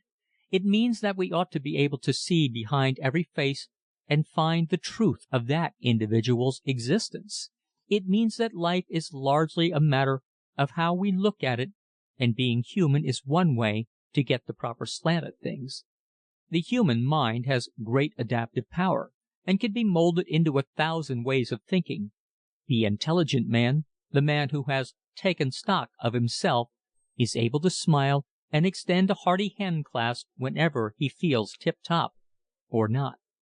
He doesn't have to look glum simply because the world hasn't thrown itself at his feet. He has only to persevere, and success will come eventually. We must correct our failings as we go along, or we will slip down into the rut and stay there. It is a simple matter to be good-natured and full of the zest of life if we poise ourselves right, keep ourselves democratic. It is this great soul quality which brings us true friends and boost us into the fulfillment of our ambitions. Then we may truly laugh and live. End of chapter 10. Chapter 11. Self-education by good reading. The character of a man expresses itself by the books he reads. Every well-informed man, since the invention of printing, has been a close reader of a few books that stand out from among the many. We read of Lincoln devouring the few books he had, over and over again, and studying from cover to cover and word for word the Webster's Dictionary of his day. We know that Grant had his favorite volumes from which he drew inspiration and solace. These men made eternal friends of certain great thinkers and drank in their learning with all the fervor of their natures. A few good books, digested well, do feed the mind. Feed the mind. That's the idea, but how shall we feed it? The answer is easy. With something worthwhile, something that will inform and inspire. We can cram our minds to the point of indigestion with useless, frivolous information, just as easily as we may cram our stomachs with certain foods that tear down rather than build up. The habit of reading the right sort of books should begin early in life and continue through our days. Good books are real, and as we read we feel, hear, see, and understand in the way the author did. If what is said appeals to our way of thinking, a new world is unfolded to our vision, filled to the brim with things we can think about and add to our stock of knowledge. While we are buried in its leaves, we may live over the thoughts that the writer lived. For the time being, he becomes as real and vital to us as the dearest friend we possess. Gradually, as the time passes by, he creeps into our affections until our lives would not be complete without the comradeship of his cherished book. Books that become our pals are not necessarily books of the so-called classical type. Little-known volumes may prove to have enough thought stored away between their covers to keep us interested all our days. The great books will prove their worth in a short time, no matter how poor the binding, how bad the type, or how cheap the paper. These things are, after all, only the outward manifestations, and though we like to see our friends dressed well, yet we know that the clothes do not make character unless there is character there in the first place. And so it is with books. These little ungainly volumes which we purchase on the stands may be the classics of tomorrow. Who knows? We select our library carefully. No matter if we live in a tiny hall bedroom on the top floor of a boarding house where we have a shelf somewhere with a few good books on it. Emerson's essays can be had in one volume and are well worth having. No other American writer has been so inspiring, so invigorating as this thinker of Concord.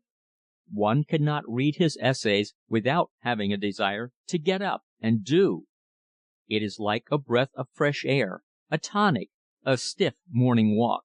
It stirs the mind to action and inspires us to lift ourselves out of the rut into which we have fallen. One returns to them time after time, each reading opening up new vistas of thought, new lines of mental development. As a man's stomach is what he eats, a man's mind is what he reads. It goes without saying that no healthy, active mind could exist without the companionship of Shakespeare. Nowadays it is possible to secure the entire works of the immortal poet in one volume. There is a special Oxford University edition which can be had for a small sum. The type is large, the paper good, and there are many notes to help one over the rocky places. There is no doubt of the truth of the saying that a man who reads Shakespeare consistently and with understanding needs no other education. Like the philosopher Emerson, he boiled down the world's thoughts into terse sentences, and one goes into a new universe when reading any of the plays. It is a good thing to learn parts of them by heart so that we can apply them to our own lives. They strengthen the mind, their beauty lifts us into a great realism of splendid thought, and they fill the heart with a longing to do something great. Such books should become steady companions through life. No matter where our duties call us, we should see to it that we do not leave behind the thoughts of this mastermind of Shakespeare. The very fact that we have them near us lifts us out of the monotony of nothing to do. Among the books about America for Americans, perhaps Roosevelt's Winning of the West is among the best. Not only has he thrown the whole vigor of his interesting personality into the writing of it, but he has given us a vivid picture of the conquest of the States by the settlers. No man could read it without being thrilled at the dangers our forefathers faced, at the great courage they possessed, at their hardihood, their bulldog tenacity. The reading of such a book is like going back over the years and living with them, sharing their troubles and their enthusiasms. The man who contemplates gathering a small library could not afford to do without the inspiration of what his countrymen have done for him. In choosing our books we must bear in mind one thing: let them be inspiring. Let them be of a nature that when we read them we will feel like going out into the world to accomplish something big. That is probably the mission of great books, to inspire and uplift. The world's greatest men have been readers. Would they have cared for books unless they were inspiring? It is said that when Napoleon was being taken to St. Helena, he advised one of the officers never to stop reading. Most of the things worth while are, at some time or other, stored away in books by the thinkers. Every phase of history, every movement to better mankind and lift it above the drudgery of mere toil, every beautiful thought, is to be found in them, and the better the book, the more will be found in it of these very things. When we have finished the day's work, we can pull down a volume from the shelf and in a moment be lost in an entirely different world. The man who neglects to read surely misses the one best means of broadening his mind. All books of the better class furnish food for thought and are excellent tools for the man of initiative. To read means keeping in touch with the big visions. We cherish these dreams and make them real in plans of our own. Aspiration is behind the pages of every worthwhile volume. It was the motive power which drove the author to produce it, and it should become a part of the forces which drive us on to victory. Without such inspiration, we grope as children in the dark. We are without a light to guide us on our way. Books by such men as Marden and Hubbard are great generators of the electricity of doing things. They have put into words those innermost emotions which are the instruments of success. They point out a way we may safely follow. They loan us inspiration which causes us to act for ourselves. They give us the thoughts that are useful and practical, which we would never have gained by virtue of our own reasoning power. They made it a life work to coin into phrases words that inspire. Out of their large experience came the logical sequences of cause and effect. Not to profit by their teachings is a crime against our own prospects. Without them we lag behind. Instead of progressing, we look on in wonder at what is going on in the world. Sometimes we cannot connect ourselves with the big enterprisers, and all because we failed to feed our minds properly. There is much to be gained both in pleasure and knowledge by reading historical novels and the lives of great men. The books of Sir Walter Scott and James Fenimore Cooper are rated among the best in the world. Grant's autobiography and the personal stories of other famous Americans provide fascinating material with which to establish and fortify our test for good literature. The tales of modern American financiers is another field of absorbing interest. The man with small means can provide himself with a working library for a very little money. Books are cheap. The public library is always near by, and there is hardly a town of any size but what has one. When we purchase a book, we should be sure to obtain the best edition and be careful that it is printed from good type and on clear paper. Books are likely to become warm friends. We should never purchase an abridged edition. Binding is not such an important factor, although we like to have our favorite books put up in a handsome fashion.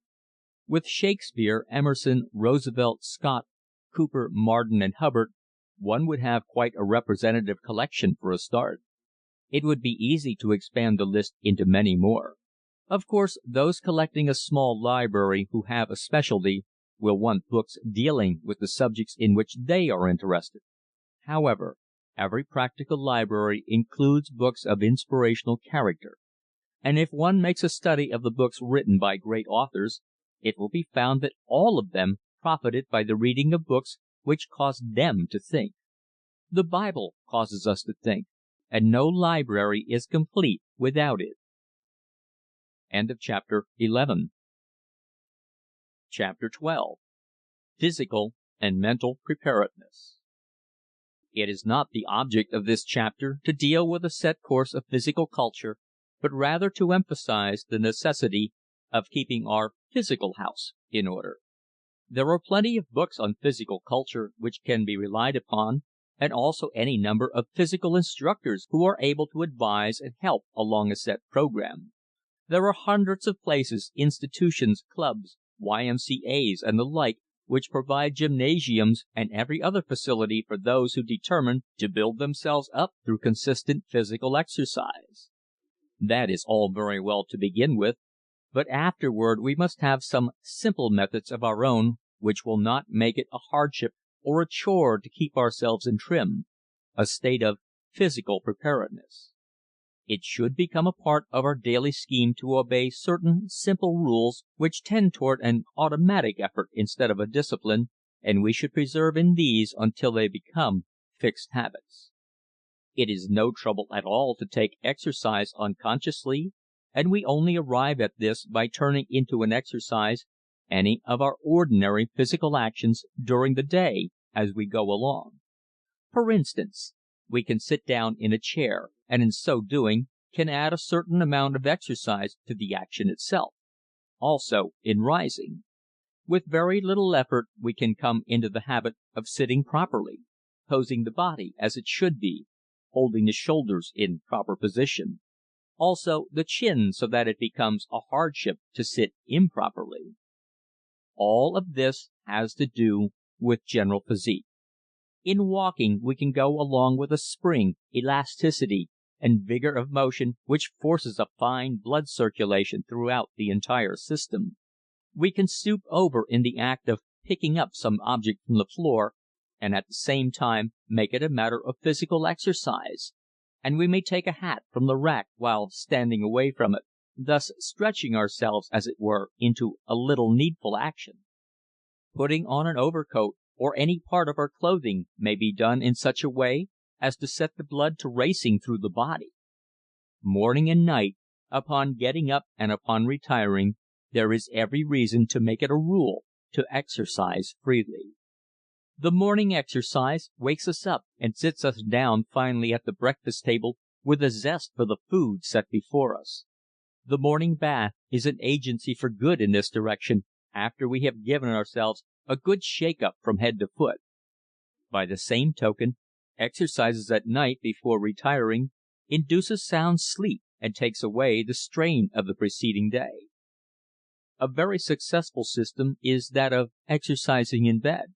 Instead of immediately jumping to the floor in the morning, it is very inviting to go through some simple form of gymnastics in which the physical structure is brought into play. Physical exercise is something which can be carried to extremes. We can go at the work so intensely that we become muscle-bound and develop some structural enlargements that we do not need. This happens very often among athletes. The ordinary man should fight shy of such plans. Superfluous strength is only for those who have need of it. What we really want is strength enough to carry us through our daily rounds with comfort and a feeling of efficiency. In a sense we all live by our wits, and these decline when not properly fed by our general physical organization. Prize fighters are not the longest lived people, nor are the professional athletes. Their calling requires extra building up which would be a positive handicap to the average man whose manner of life doesn't require this super development. In other words, there are intemperate methods of exercising just as there are of eating and drinking. we may easily go too far. Again, we can sin just as greatly by not going far enough. There was a time when men of 40 were as worn and old as men of 65 and 70 are today. As a matter of fact, nowadays a half-century mark is no longer a badge of senility when a man has kept himself fit and treated himself right. We all have friends who are pretty well along in years by virtue of their carefully planned physical training, plus their cheerful dispositions. They are as sprightly and companionable as though they were many years younger. We should come to know early in life what a large part good humor plays in physical fitness. In previous chapters, hearty laughter was extolled as one of the very best of exercises. It is an organizer in itself and opens up the heart and lungs as nothing else will do. It makes the blood go galloping all through the system. It is one of the best automatic blood circulators in the business. Laughter takes the stress off of the mind, and whatever is ahead of us for the day that seems likely to become a burden is soon turned into an ordinary circumstance. We smile as we go about doing it. A friend once said to a banker, "How do you know when to lend money?" The banker replied, "I look a man in the eye, and then I do or I don't." The friend said, "I would like to borrow $10,000 now." "You shall have it, sir," the banker replied. This meant that the man who asked for the loan was in a state of physical and mental preparedness. If he had gone into the banker's office looking like an animated tombstone, he wouldn't have had much of a chance to borrow the $10,000.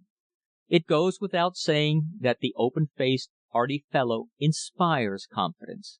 There is nothing coming to the dried-up, sour chap, and that's what he usually gets. And what we get is largely a matter of our physical well-being. A modern philosopher observed that the blues are the product of bad livers, and there is no doubt but that he was right. The problem of life is to fill our days with sunshine. In so doing we shall find that the little graces are those which will lend us the most help. Tiny favors extended, words of encouragement, courtesies of all sorts, unselfish work carried out in an open manner, true friendships and love, a hearty laugh, a sincere appreciation of the other fellow's struggle to keep his head above water, the conscientious carrying out of all tasks assigned us. These are our helpmates, and they are the products of our physical and mental equipment. Through these we come into our knack of detecting friends among those who are the salt of the earth. It is impossible for the person who desires good health to obtain it, or having it to retain it, without consistent effort. A watch will not run without the proper regulation of the mainspring. We must keep up our activities. We have taken the earth and are turning it into something to serve us, therefore the need of fine bodily preparedness.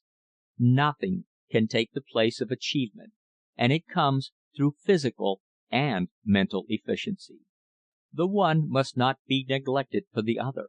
Both must be cultivated and developed alike in order that each may help the other.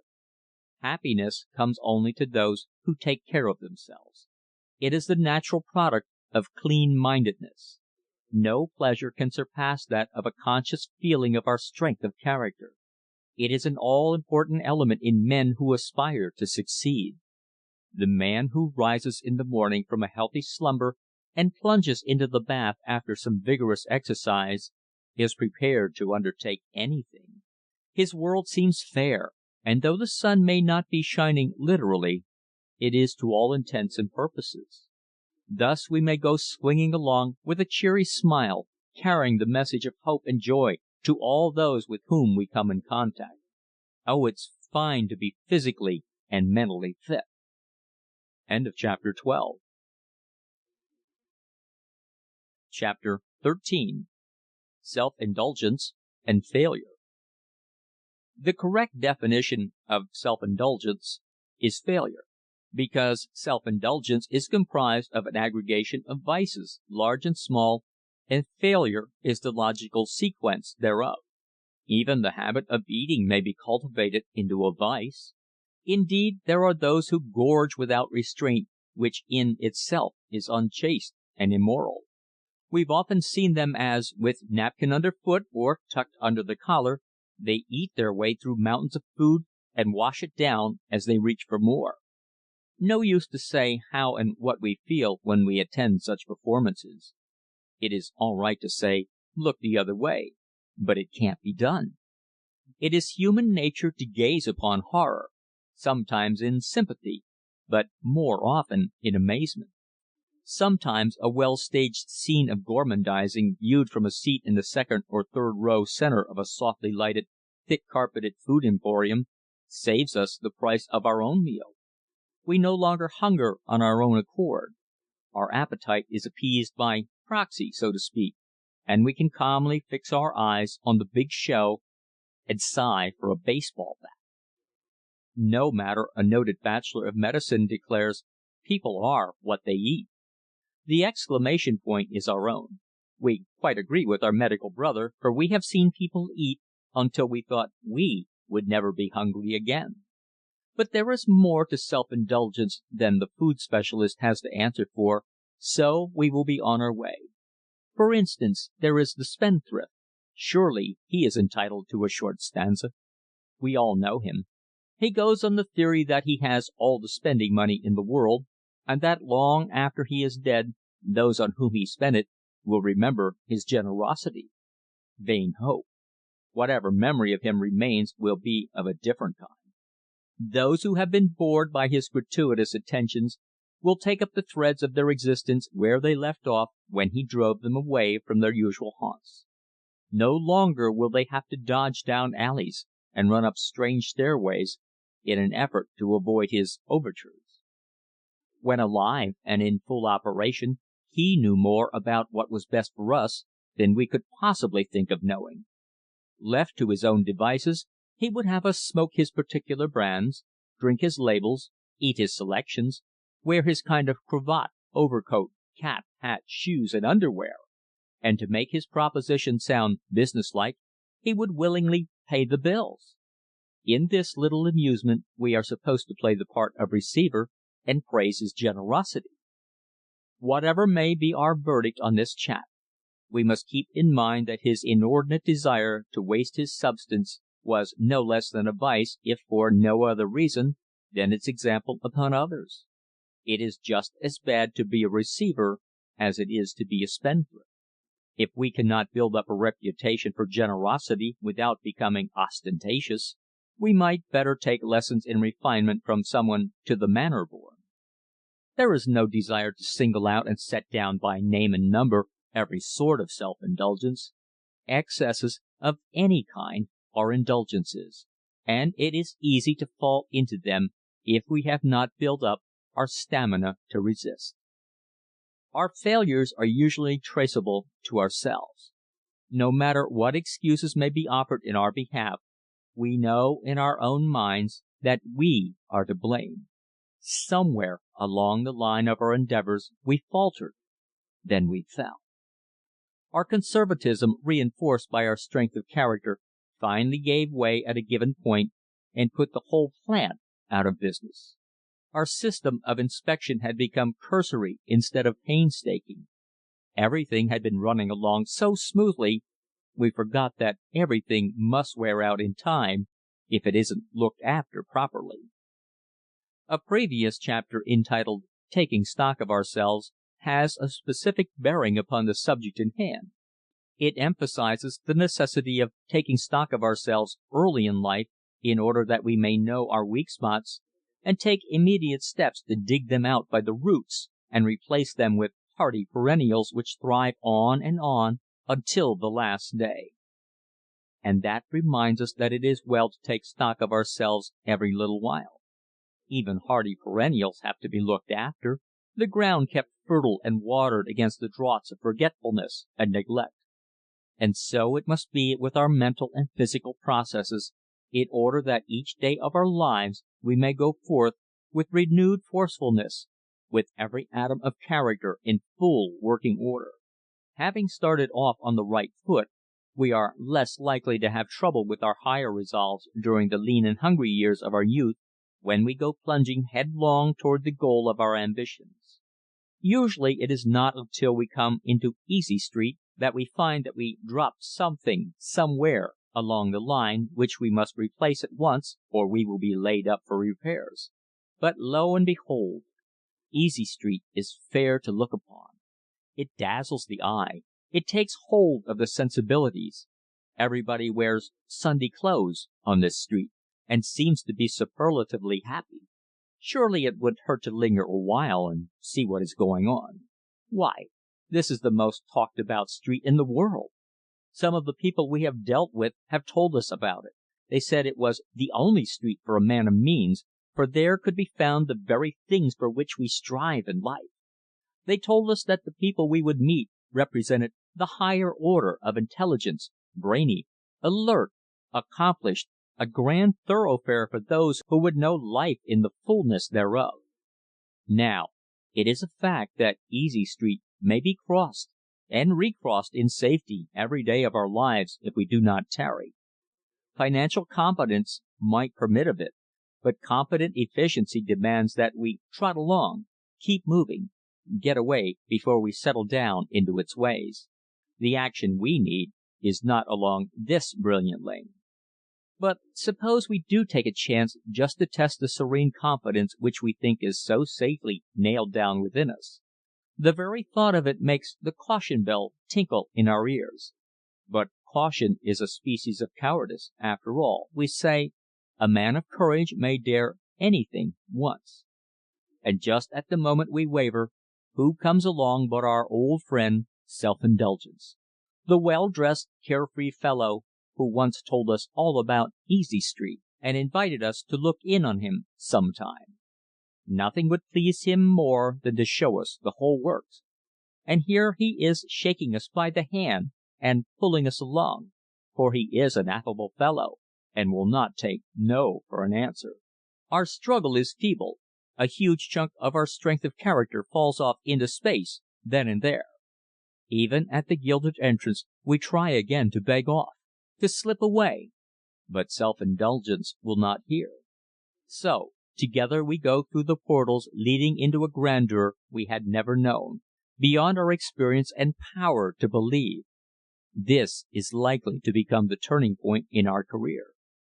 Bill Nye once said, "When we start downhill, we usually find everything greased for the occasion." We might add, except the bumps. End of chapter 13. Chapter 14. Living Beyond Our Means. Living beyond our means is a big subject that must be treated broadly, for circumstances alter cases. There is a sane way to look at every problem, and the matter of living beyond our means is one of the major problems we have to face. If every man was alike, and every avocation in life was on a parity, it would be possible to dispose of this subject in a paragraph. But men are not alike. What one could do successfully might easily baffle another. Therefore, it seems advisable to consider the subject by looking into its depths. To most people, debt is terrifying. To some it means nothing, and thus we have individual temperament as an angle from which to consider. Living beyond our ability to pay means going into debt via the shortest route. Getting out of debt means a revision of our code to the extent of ceasing to live beyond our means and saving something with which to pay off what we owe. Some men can do this successfully. Others fail while seemingly trying their best to succeed. And still others do nothing to stem the tide. With these it is a matter of how the tide serves. If favoring winds should drive them to opulence, they would more than likely pay up, particularly those imbued with sufficient personal honor to make good. Such are the exigencies of life. We may as well concede that a vast majority at some time or other find it necessary to owe more than they can readily pay.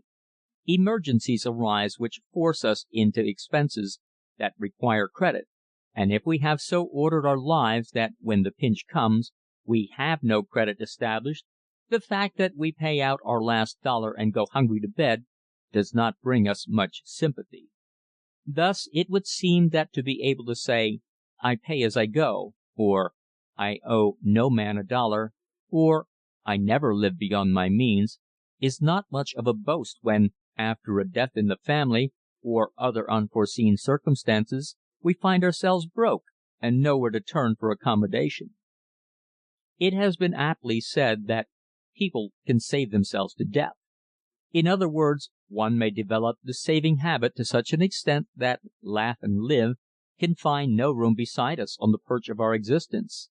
We must admit that the systematic saver of pennies misses a lot as he goes along, and with time degenerates into a sort of killjoy. In the matter of regulating his family to his way of thinking, he usually has an uphill job. Sons leave home as soon as they can. Daughters marry, and breathe a sigh of relief, leaving mother behind to slave on in order that the hoard may grow. While all of this is true, it only represents extreme cases, therefore it should not be construed that this chapter is launched against the habit of saving. Rather, its purpose is to suggest the thought of not over-saving at the expense of personal welfare. Our best plan would be to save in reason, not forgetting that life is here to enjoy as we go along. Then, too, we must have a credit rating among our fellow mortals, just the same as a business person must have credit rating among financial institutions. Credit in business is worth more than money because it allows for expansion, whereas money in the bank is only good as far as it goes. Many a merchant who bought and sold for cash all his life found when he came to enlarge his business that one thing was lacking: credit. The fact that he had always paid cash threw a doubt upon his financial condition when he proposed to borrow. He had neglected to build up a credit as he went along. The business world only knew him as a man who paid cash and exacted cash. Taken at his fullest inventory, he had scalped a living out of the world for which he had done but little to make happier or better. One calamity might easily scuttle his prospects forever, for instance, a fire or a bank failure.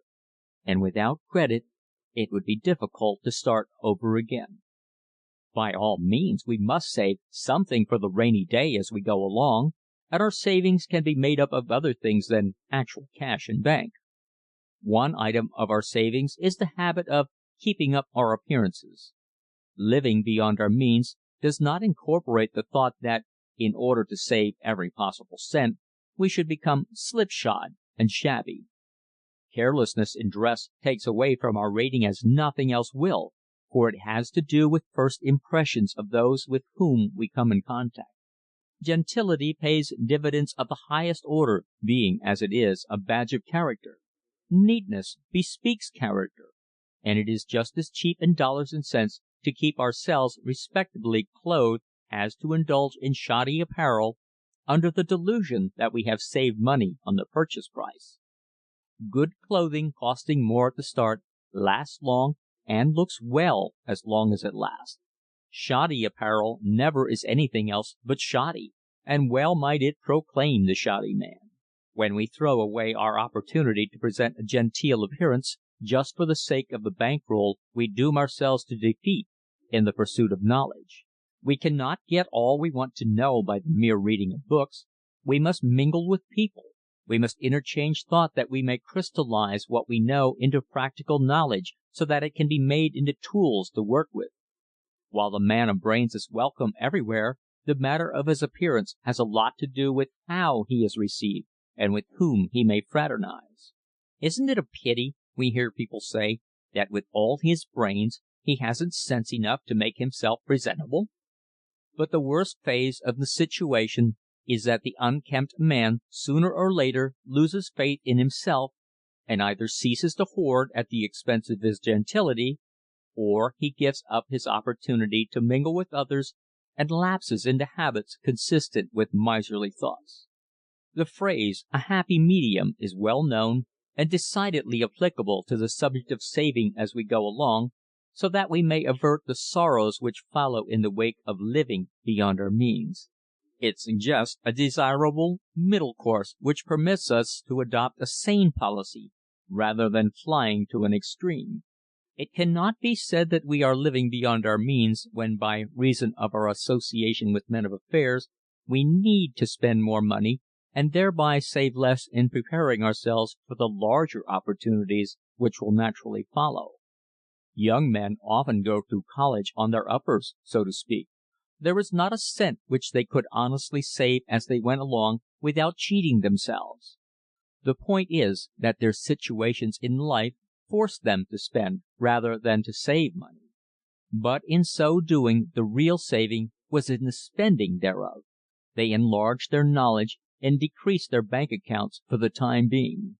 What man parts with in an emergency is no license, however, for him to fall back into profligacy. Never should a man entirely lose the idea of putting something by. The college boy in this case has simply invested his money into an education instead of a bank account. Once on the highroad of life, with a plan of action well defined and a regular income, the habit of putting money away should become a fixed procedure. In no other way do we accumulate except by investment. And investment means putting away money at interest or in some project which promises better returns. If we were to interview 1,000 men on the subject of saving and draw upon their experiences, we would find that by investing money at interest we pursue the safest course, far safer in fact than the seeking of outside investments that promise greater returns. The latter invites the mind away from the regular avocation and educates it in time to take chances that are likely to turn out into setbacks. The mind, instead of applying itself to the duty of making the most out of its regular employment, allows its interest to become scattered over too broad a field. It is not within the province of all men to become wealthy, and, after all, wealth is not the only desideratum. The happiness of mortals are found in the middle walks of life, and not in the extremes. The struggle should be to escape the life which saps our strength, keeps our nerves on edge, and drives us away from the green pastures. End of chapter 14. Chapter 15. Initiative and Self-Reliance. The late Elbert Hubbard defined the man with initiative as the one who did the right thing at the right time without being told. At this point it may be definitely stated that such a man would naturally be self-reliant. Such a man would not lean on his friends. He would stand up with them. He would be found fighting his own battles without crying for help. Once a cub reporter was ordered by his city editor to go and interview a certain man. After an awkward pause, the youngster inquired, "Where can I find him?" Smiling scornfully into his eyes, the city editor replied, "Wherever he is." This would seem to have been the start and finish of this youngster's newspaper career. But quite the reverse was true. He took the lesson well to heart, thus starting himself on the road to self-reliance. If he had repeated the offense it is likely he would have lost his job and also his nerve, thereby spoiling his chances for a successful career.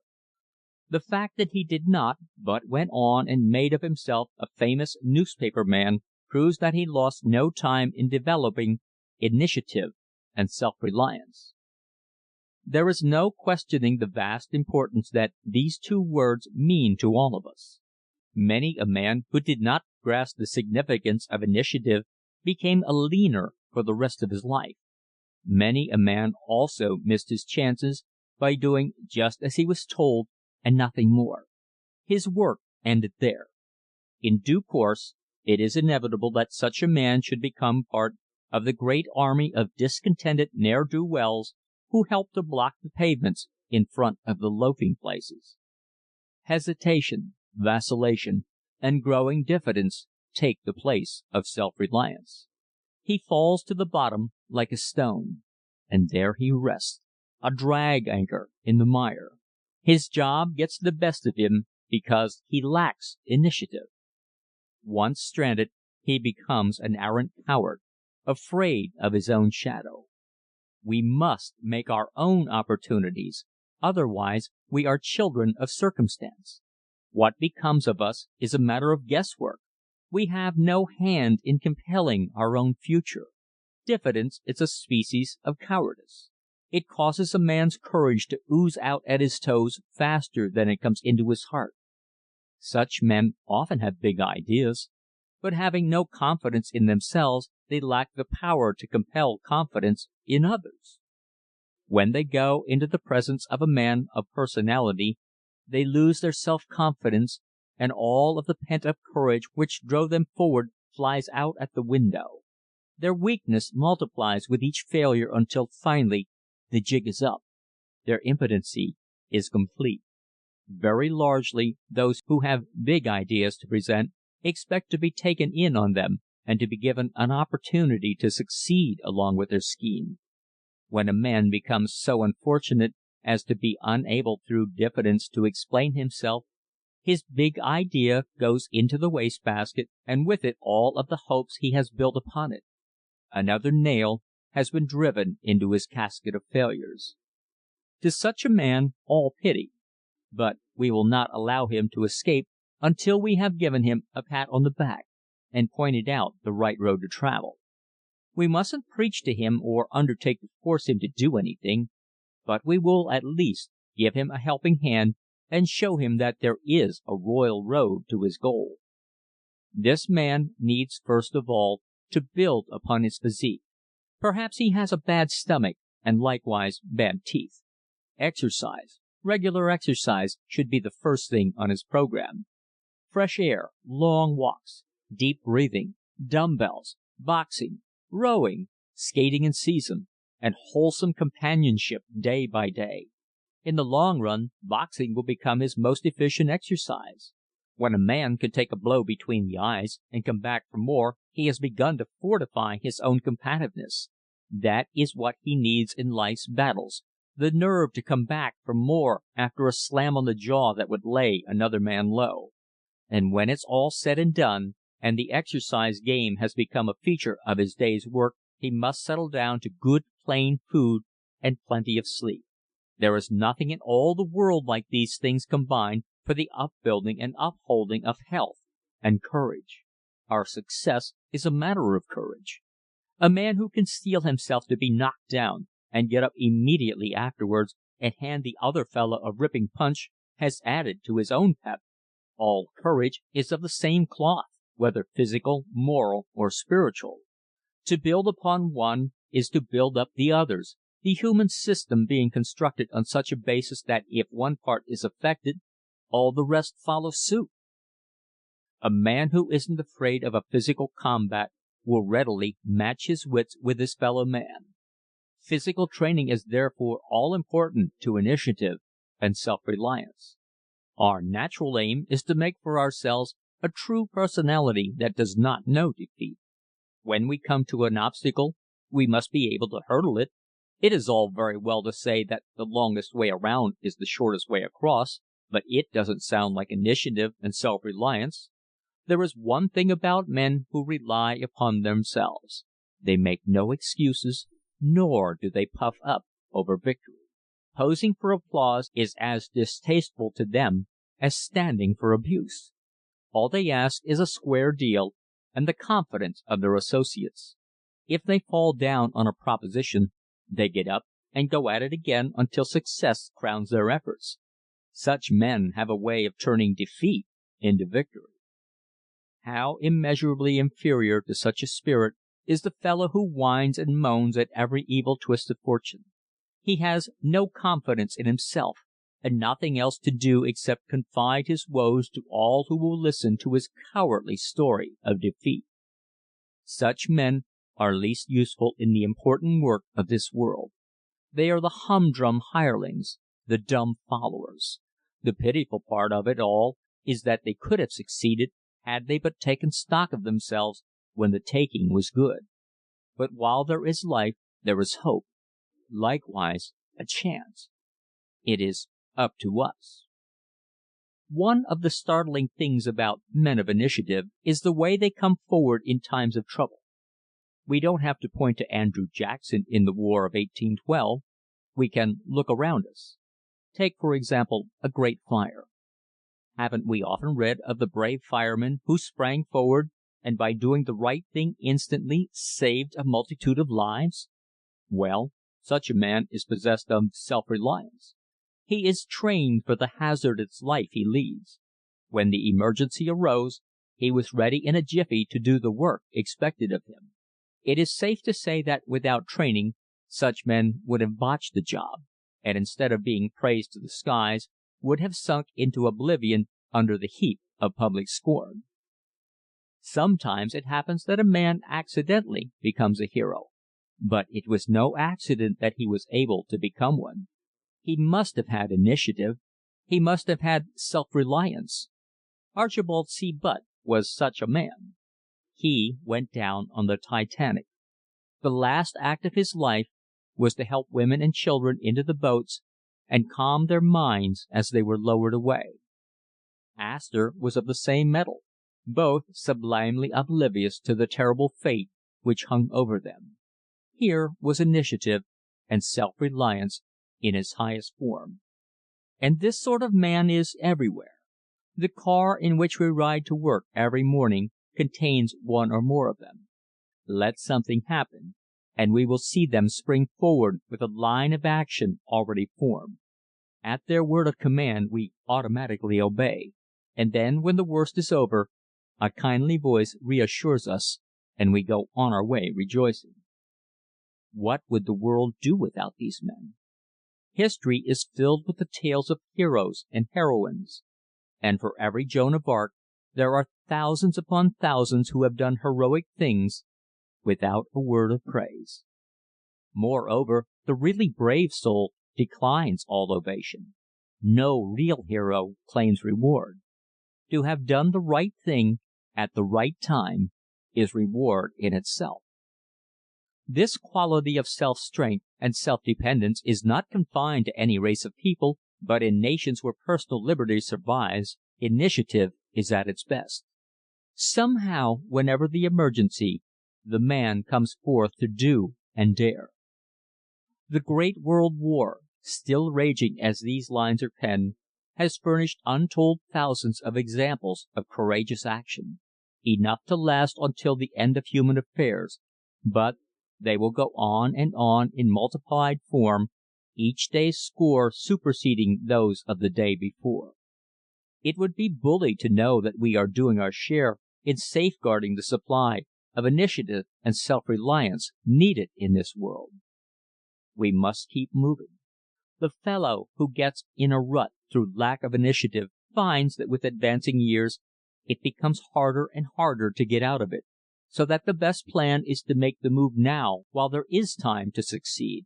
When we come to think of it, there are plenty of positions in the world for the right man, and if we have something to say for ourselves that lends credit to our ability, we stand a chance for the job.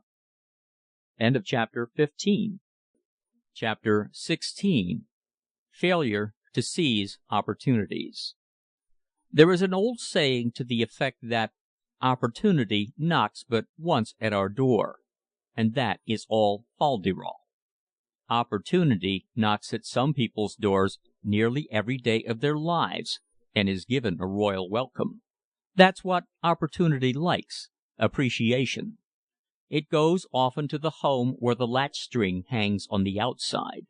It's like a sign reading, "Hot coffee at all hours, day or night," very inviting. Very much different, however, from the abode whose windows shed no light and whose door is barred from within. Nobody home. That's the sign for this door.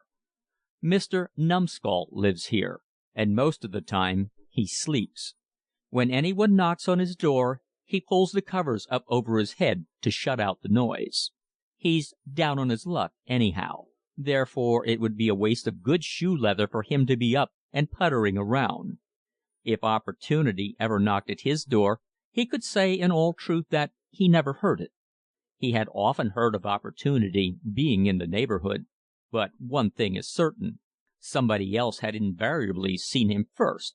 He felt sure he would know Opportunity if ever he met him face to face, and if ever he did, he would have it out with him then and there.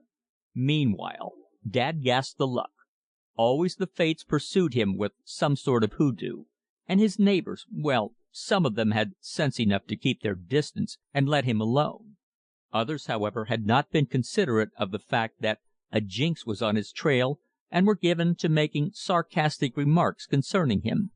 And thus it was that Mr. Numbskull spent his days dodging his neighbors, sidestepping the highways, and obscuring himself from the very individual he wanted so much to behold Opportunity.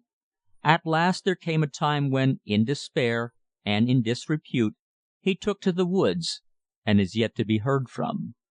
Opportunity still visits the neighborhood, but the path leading to Mr. Numbskull's home is grown up in weeds. The fact is that our real opportunity knocks from within.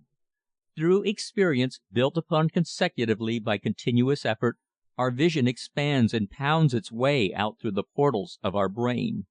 We see the thing that we ought to do, and we go to it. To the man who didn't see it, the opportunity did not exist. What we don't know doesn't hurt us any, so runs the old saw. And here's a case where we who didn't see were hurt, but we didn't know it.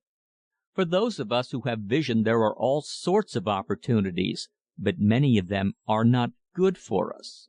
The ones we make for ourselves are the healthy ones, and generally they are the best for us.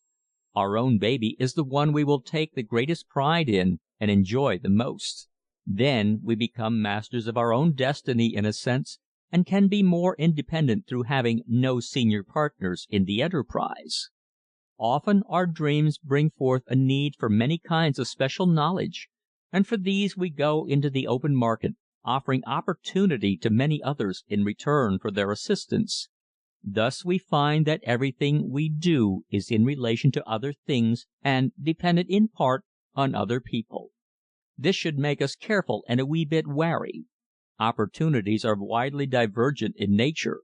Through a stroke of hard luck one might have difficulty in finding employment.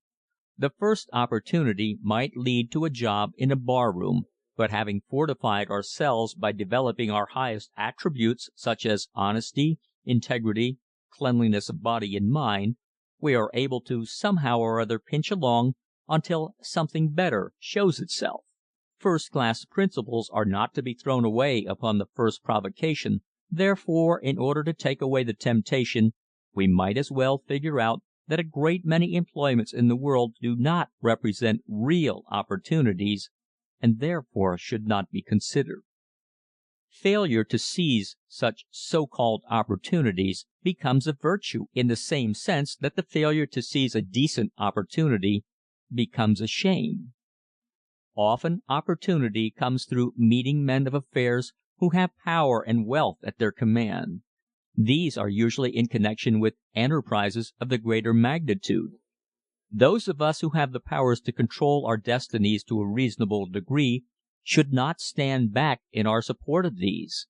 If we have carefully built up our initiative, self-reliance, preparedness in the way of efficiency, good health and the will to do, there is no reason why we should not aspire to take a hand in anything in which we are confident we can succeed. Among the men who control the big affairs of the business world we find a true democracy. They want the man. The fact that he appears before them neatly attired, bright of eye, and ready of wit will surely count in his favor. In other words, we should live up to the opportunity in whatever form it presents itself after we have accepted its responsibilities. To make this perfectly plain, we must live up to the job. If we are to be superintendent of a coal mine underneath the ground, we will put on our overalls and jumpers, but if we are to be manager of a grand opera house, we will appear in our dress suits. The thought is obvious, but as we journey along we find many of our fellow mortals neglecting to live in line with what they are doing. We mention this fact hopeful that we will not fail to seize our opportunities by setting up obstacles whereby we may become persona non grata through lack of discernment. Opportunity is within ourselves, and when we have seized our rightful share, then we may look with pride upon our endeavor and proceed to laugh and live. End of chapter 16. Chapter 17. Assuming Responsibilities. Those who fear to assume responsibility necessarily take orders from others. The punishment fits the crime perfectly, and being self-inflicted, there is no injustice. It is true that many men possessed of great brain power play second fiddle to shallow-minded men of inferior wisdom from sheer lack of forcefulness on their part. They lack the full quality of leadership while possessing all save one essential: courage. Fear abides in their hearts and spreads itself as a mantle of gloom over their supersensitive souls until finally they struggle no more. Henceforth they are doomed and become the subject of apology on the part of friends and relations. "He's all right," they say, "but he suffers from over-refinement. He lacks something, we cannot make out just what. It is altogether too bad, for he is such a superior man among his social equals." We must take our hats off to those who have the goodness of heart to make allowances for our shortcomings. A disinterested listener, however, is seldom taken into camp by such well-intended argument. He knows that friend husband, or friend brother as the case may be, needs some sort of swift kick that will stir his combativeness into action. That will cause him to turn upon his mental inferior and have it out with him then and there, once and for all. As a courage builder, fighting for justice is not to be sneezed at. Courage can be built up just the same as any other soul quality. It is all a matter of early training as to which we start out with, courage or fear. Unthinking parents have a lot to do with the propagation of fear in the hearts of children. A neglectful father plus a fear-stricken mother constitute the most logical forces which tend toward the overdevelopment of fear in a child. Once the seed is thoroughly implanted, the growth can be depended upon. How to get rid of it later is not so easy to figure out. Had the child been born with a club foot, these same parents would have spent their last dollar in an effort to straighten it into natural condition. They could see the unshapely foot day by day with their own eyes, and so could their neighbors. But the fear-warped little brain struggling for courage with which to combat its weakness needs must battle alone with chances largely against it. The mere thought of what is in store for this little one as it stumbles along from one period to another, fearful of this and fearful of that, is disconcerting to say the least. We can almost trace our friend Second Fiddle directly back to such a childhood. We can almost hear his fond mother shout, "Keep away from that brook, darling, you might get your feet wet and catch your death of a cold." Another well-known and highly respected admonition belonging to childhood's hour is, "Come in, dearie, it's getting dark. Boogie Man will get you if you don't watch out." Some years later, when little son runs breathless into the home portal after being chased from school by some terrible boys, we can hear this same little mother as she storms about the place and tells what Papa must do about the matter. According to her notion, if teachers could not control the criminal element among the pupils, then it was high time for the police to step in. Never a word about little son taking his own part. Father listens in silence and half formulates the notion of going direct to the parents and laying down the law, while little son listens in fear and trembling in anticipation of what is coming to him if father carries out his threat. Tall oaks from little acorns grow, if the twig is not bent in the sprouting. Little son is bound to grow into manhood some day, and when he arrives he must have one particular attribute: courage. Somehow he will get along if he has that. He may also wear a club foot or a hunch back, but with courage as a running mate he will assume his responsibilities and become a force in the world. Once a great orator sat upon a rostrum listening to a speech by a man who cautioned his countrymen against taking steps to defend the national honor. "We'll outlive the taunts of those who would drag us into war," he bellowed forth. Whereupon the orator jumped to his feet and with clarion voice shouted, "God hates a coward," and then sat down again. Dazed at first, the vast throng sat stupefied, but only for a moment.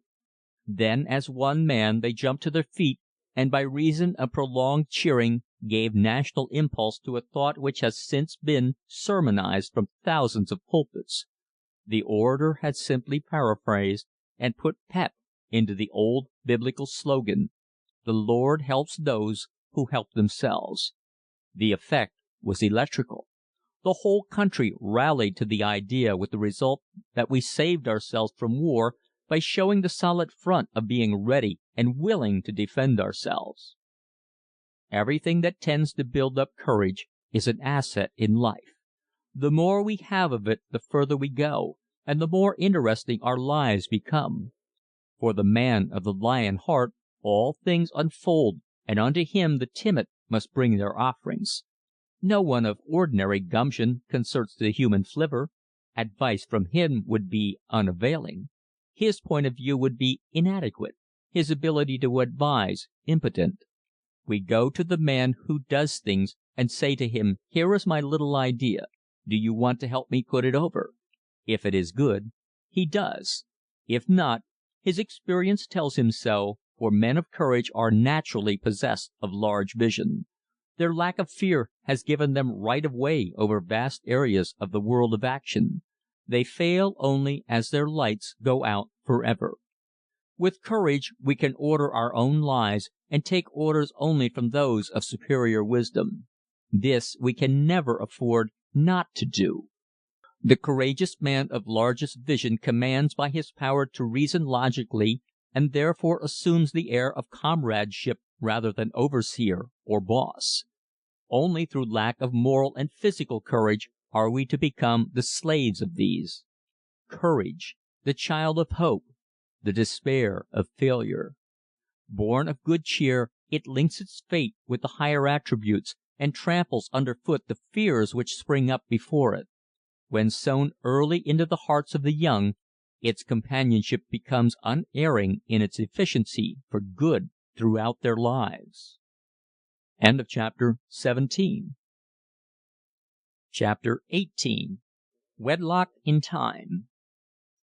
It is a happy idea to marry while we are young, a fine thing, a good thing, a pleasant duty indeed to marry the woman of our choice at a time of life when both are at an age when adjustment is natural and lasting loyalties are implanted in our hearts and minds for all time. We make a sad mistake when we postpone so important a step just for the sake of becoming a rich man first so that our bride-to-be may step into luxurious quarters and never have to lift her dainty hands except to sip from the glass of nectar we have set before her. The real facts compiled by the statistical System Sams are against this idea. The balance comes up in red ink on the wrong side of the ledger. According to these gentlemen, the average mortal is likely to be very fat and much over 40 before he can make an offering according to his first generous impulses, and the chances are he will never reach the goal in his life. By the time he might be financially ready, there is a hard glint in his eye, and he will be looking for the mote in the eye of his lady love. The waiting game is a hard one, and it makes us worldly. After the lapse of years, what once seemed a rose might appear to be more of a hollyhock. Naturally, we never blame ourselves for the changes. Had we obeyed the grand impulse in the hour of our youth, we might have kept the garden full of roses, and the hollyhocks would never have sprouted there. Then the home nest would have tinged our sensibilities with its loveliness, and our affections would have been nailed down hard and fast, forever and a day. Among the many baffling problems which the young man faces, and for that matter any man, is marriage. More thought, more energy, and more time is taken up over this one decisive step than over any other. The reasons are obvious. It involves for life the happiness of the contracting parties, not only in a direct and personal way, but also in a general sense. The man's business success largely depends upon the helpmate he has in his home. His career is at her mercy. For example, if the wife should turn out to be unsympathetic and uninterested in his ambitions, this fact might warp his prospects by causing him to lose heart in facing the large problems awaiting him along the road of opportunity. However, if she is of a cheerful, energetic disposition, and willing to do all that she can to help him over the rough spots as they travel along together, he will be inspired into action and will do his level best. He will be conscious as he goes about his work that there is one person above all upon whom he can depend, his wife. Marriage is a serious business, and usually we concede that point in the beginning. However, this is not aimed as a blow at life's greatest romance. It is merely the recognition of an elemental fact. Marriage must have its practical side. To become successful in the highest degree, man and wife must establish a comradeship. It is not the part of wisdom that either should rule the other, but rather that each should have the interest of the other at heart, and should strive to be helpful one unto the other. Two men can go through life the best of friends, each holding the respect and the confidence of other. So can two women. Then why not a man and wife? Needless to say, they can and do. Such partnerships are sure of success. It is only through lack of comradeship that love flies out the window and lights on a seagoing aeroplane. The marriage state is a long contract. It should not be stumbled into by man or woman. Nor should we become cowardly to the point of backing out of it altogether. Love is blind only to the blind. Either party to the tie that binds has a chance to know in advance whether the venture is safe and sane. All a man has to consider after he knows his own heart is that the woman of his choice is sensible, considerate, and healthy. Other things being equal, he can take the leap without hesitancy. We shouldn't borrow trouble. Of course, there are those who should never marry. They do, however, and when they do, they loan themselves to the mockery of the married state. There is no time to dwell on this thought, for it is just something that goes on happening anyway, and has no bearing upon the advisability of wedlock in time between people of horse sense. Given a good wife after his own heart, no manly man has a righteous kick coming against the fates. Under such circumstances, if things go wrong, he will find the fault within himself.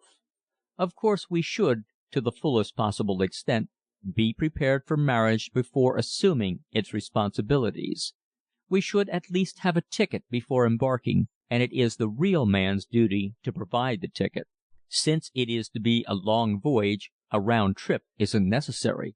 In other words, a man needn't be rich when he marries, but he should not be broke either.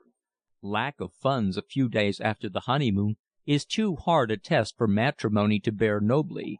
It is too much like inviting a catastrophe through lack of good, hard sense to begin with. It shows poor generalship at the very start, and there is the liability of causing great distress and hardship to a tender-hearted little woman. It would be a sad blow to her to find that the man of her choice was, after all, just an ordinary fellow, a man without foresight. There are 4 seasons in married life: spring, summer, fall, and winter, and we are going to need a comrade as we go through each of them. And the one we want is the one we start with, the gentle partner in all our joys and sorrows. It is she who will stand back of us when all others fail. When the children come along to bless our days and inspire us to greater efforts, we are glad to look into their happy, smiling faces and find that they resemble their mother. Their soft cheeks are like hers, their hands, their dainty ways, their caresses. And when Mama looks into those same bright eyes, they make her think of their daddy. The fond affection bestowed upon the children by both parents is but another mode of expressing their regard for each other. Springtime days, these, when little tots climb up and entwine their arms about our necks. If this were married life's only compensation, it would not prove in vain, For when the babies enter the home, the tie that binds becomes hard and fast, if the man is a manly man. To become the father of a bright-eyed babe is an experience of the highest importance to a young man getting started. It reinforces his courage, doubles up his ambitions, and puts him on his mettle. He has a new responsibility, and it adds to his strength of character to assume it in all its phases. Another thing, it brings comfort and joy to the mother during the long days while her man is out in the fray. It drives ennui out of the household throughout our springtime days. And when summer comes along, new hopes dawn within us. Springtime has found us up and doing, and when it merged into the new season, we found our aspirations even stronger than before.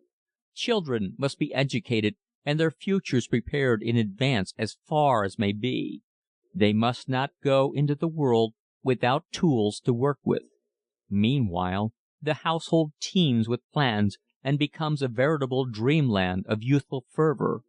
We find that having helped our children into attractive personalities, they have become magnets with which to draw about us their comrades. Thus we hold on to our youth by virtue of our surroundings, creatures of our thoughtfulness concerning wedlock in time. That the fall season is coming has no terrors for us. There will be the weddings and plannings for new homes close by, if we have our say, and in due course the grandchildren will come who will favor grandpa and grandma, and once again youth knocks at our door. There will be no dread winter days for us, for we have been forehanded.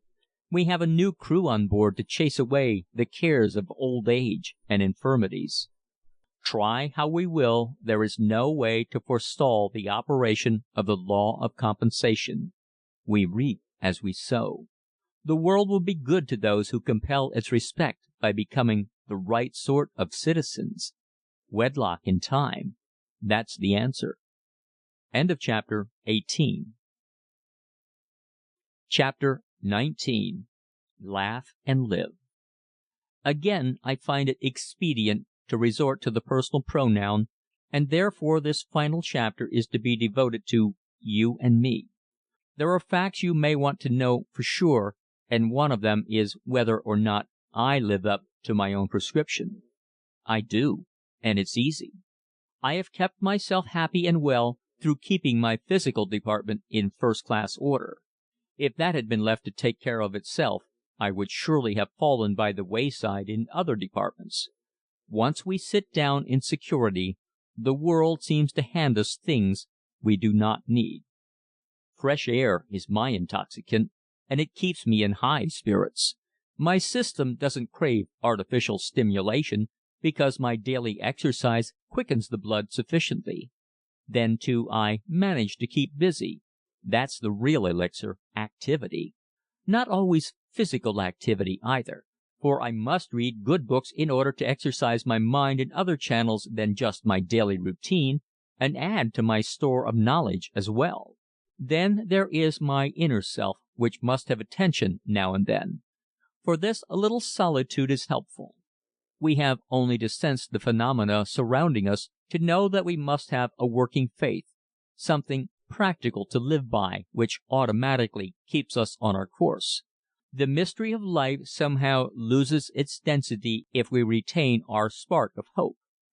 All my life since childhood I have held Shakespeare in constant companionship.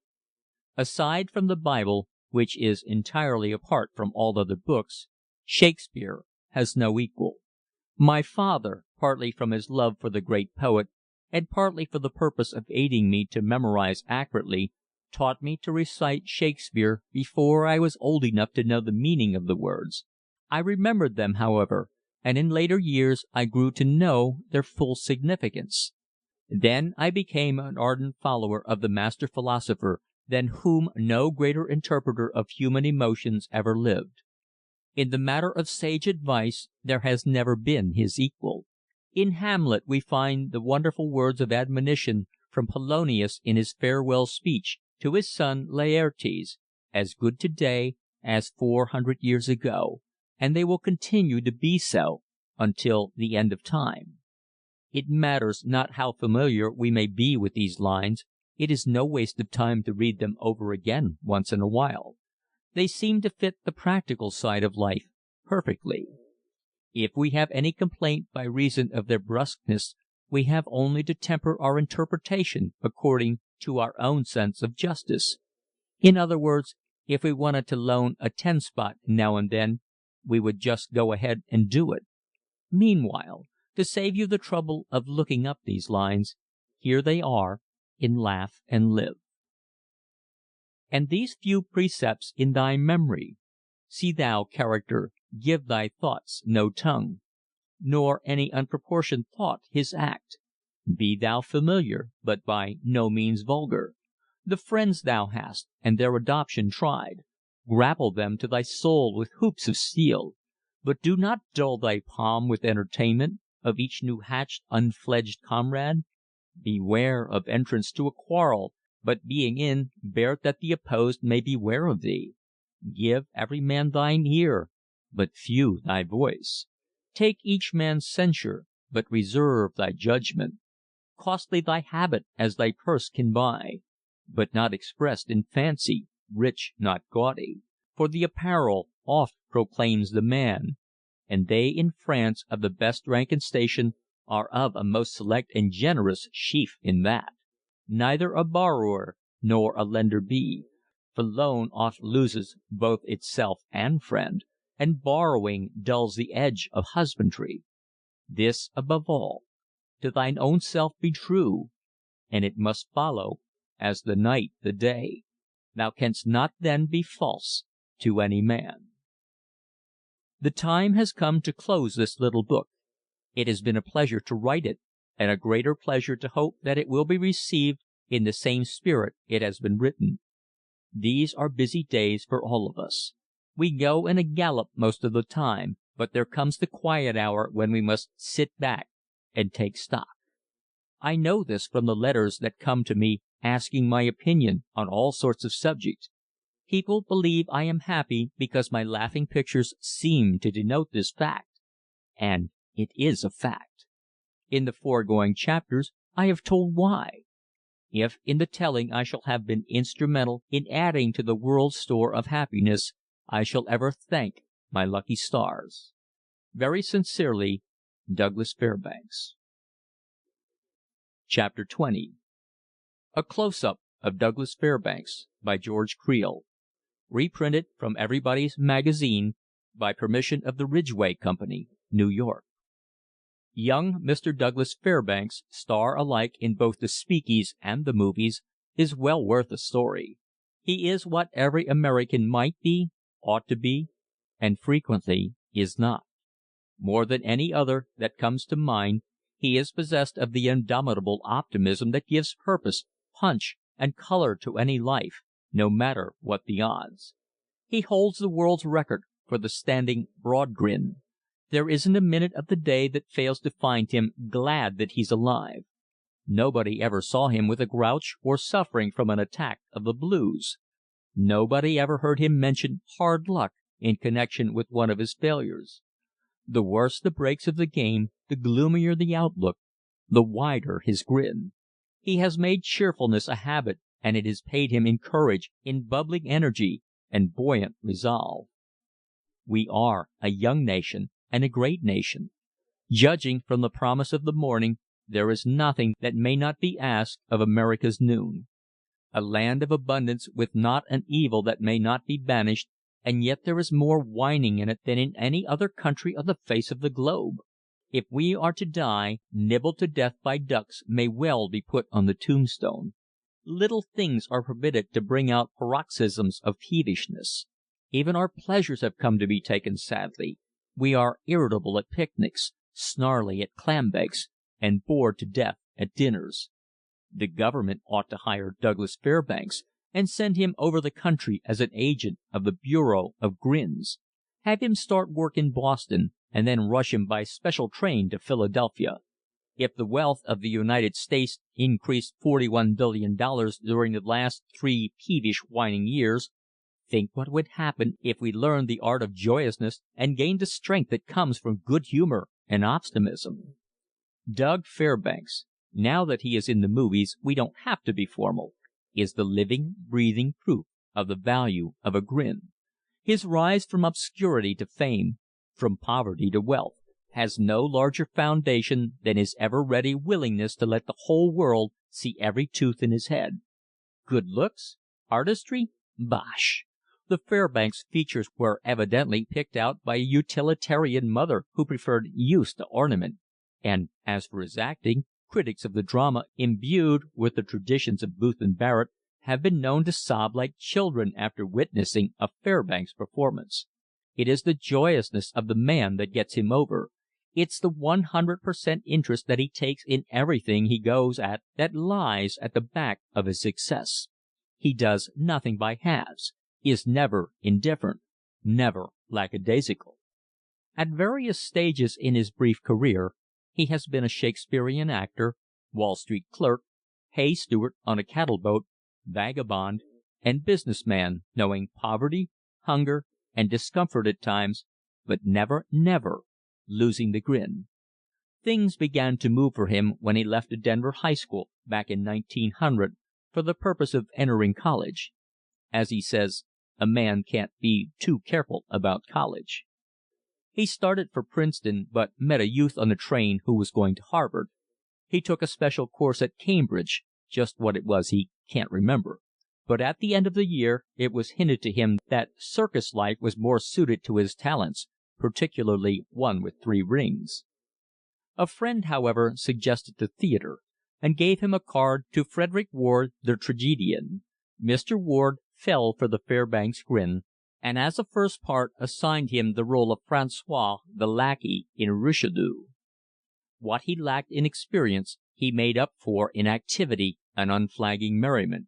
It got to be so that Ward was almost afraid to touch the bell, for he never knew whether the amazing François would enter through the door or come down from the ceiling. After the company had done its worst to Richelieu, it changed the Shakespearean repertoire, and for 1 year young Fairbanks engaged in what Mr. Ward was pleased to term a catch-as-catch-can bout with the immortal bard. When friends of Shakespeare finally protested in the name of humanity, the strenuous Douglas accepted an engagement with Herbert Kelsey and Effie Shannon in her Lord and Master. 5 months went by before the 2 stars broke under the strain, and by that time news had come to Mr. Fairbanks that Wall Street was Easy Money's other name. Armed with his grin, he marched into the office of Decopé and Doremus, and when the manager came out of his trance, Shakespeare's worst enemy was holding down the job of orderman. The name Coppée appealed to me, he explained. He is still remembered in that office, fondly but fearfully. He did his work well enough. In fact, there are those who insist that he invented scientific management. How about that? I asked him, for it puzzled me. Well, you see, it was this way. For 5 days in a week I would say, "Quite so," to my assistant, no matter what he suggested. On Saturday I would dash into the manager's office, wag my head, knit my brow, and exclaimed, "What we need around here is efficiency." And once I urged the purchase of a time clock. The way he filled his spare time was what bothered. What with his tumbling tricks, boxing, wrestling, leapfrog over chairs, and other small gaieties, he mussed up routine to a certain extent. But he was not discharged. At a point where the firm was just 1 jump ahead of nervous prostration, along came Jack Beardsley and Little Owen, 2 husky football players with a desire to see life without the safety clutch. The 3 approached the officials of a cattle steamship, and by persistent claims to the effect that they had a way with dumb animals, got jobs as hay stewards. "We found the cows very nice," comments Mr. Fairbanks. "No one can get me to say a word against them. But those stokers, and those other stable maids, pow! We had to fight 'em from one end of the voyage to the other, and it got so that I bit myself in my sleep. The 3 of us got 8 shillings apiece when we landed at Liverpool, and tickets back, but there were several little things about Europe that bothered us, and we thought we'd see what the trouble was." They hoboed through England, France, and Belgium, working at any old job, until they gathered enough money to move along, whether it was carrying water to English navies or unloading paving blocks from a seine boat. After 3 joyous months, they felt the call of the cattle and came home on another steamer. Back on his native heath, young Fairbanks took a shot from the hip at law, but missed. Then he got a job in a machine manufacturing plant, but one day he found that his carelessness had permitted $50 to accumulate, and he breezed down to Cuba and Yucatan to see what openings there were for capital. Back from that tramping trip, he figured that since he had not annoyed the stage for some time, it certainly owed him something. His return to the drama took place in The Rose of Plymouth Town, a play in which Miss Minnie Dupree was the star. Meeting Miss Dupree, I asked her what sort of an actor Fairbanks was in those days. "Well," she said judiciously, "I think that he was about the nicest case of St. Vitus dance that ever came under my notice. William A. Brady got him next. Mr. Brady is quite a dynamo himself, and there was also a time in his life when he managed James J. Corbett. The two fell into each other's arms with a cry of joy, and for 7 years they touched off dramatic explosions that strewed fat actors all over the landscape and tore miles of scenery into ribbons. 'Some boy,' was Mr. Brady's tribute. 'Put him in a death scene, and he'd find a way to break the furniture.' There was never a part that Doug Fairbanks lay down on. To every role he brought joy and interest and enthusiasm, and the night came inevitably that he saw his name in electric letters. It is not claimed that his work as a star elevated the drama, but it may safely be claimed that he never appeared in any play that was not wholesome, stimulating, and helpful.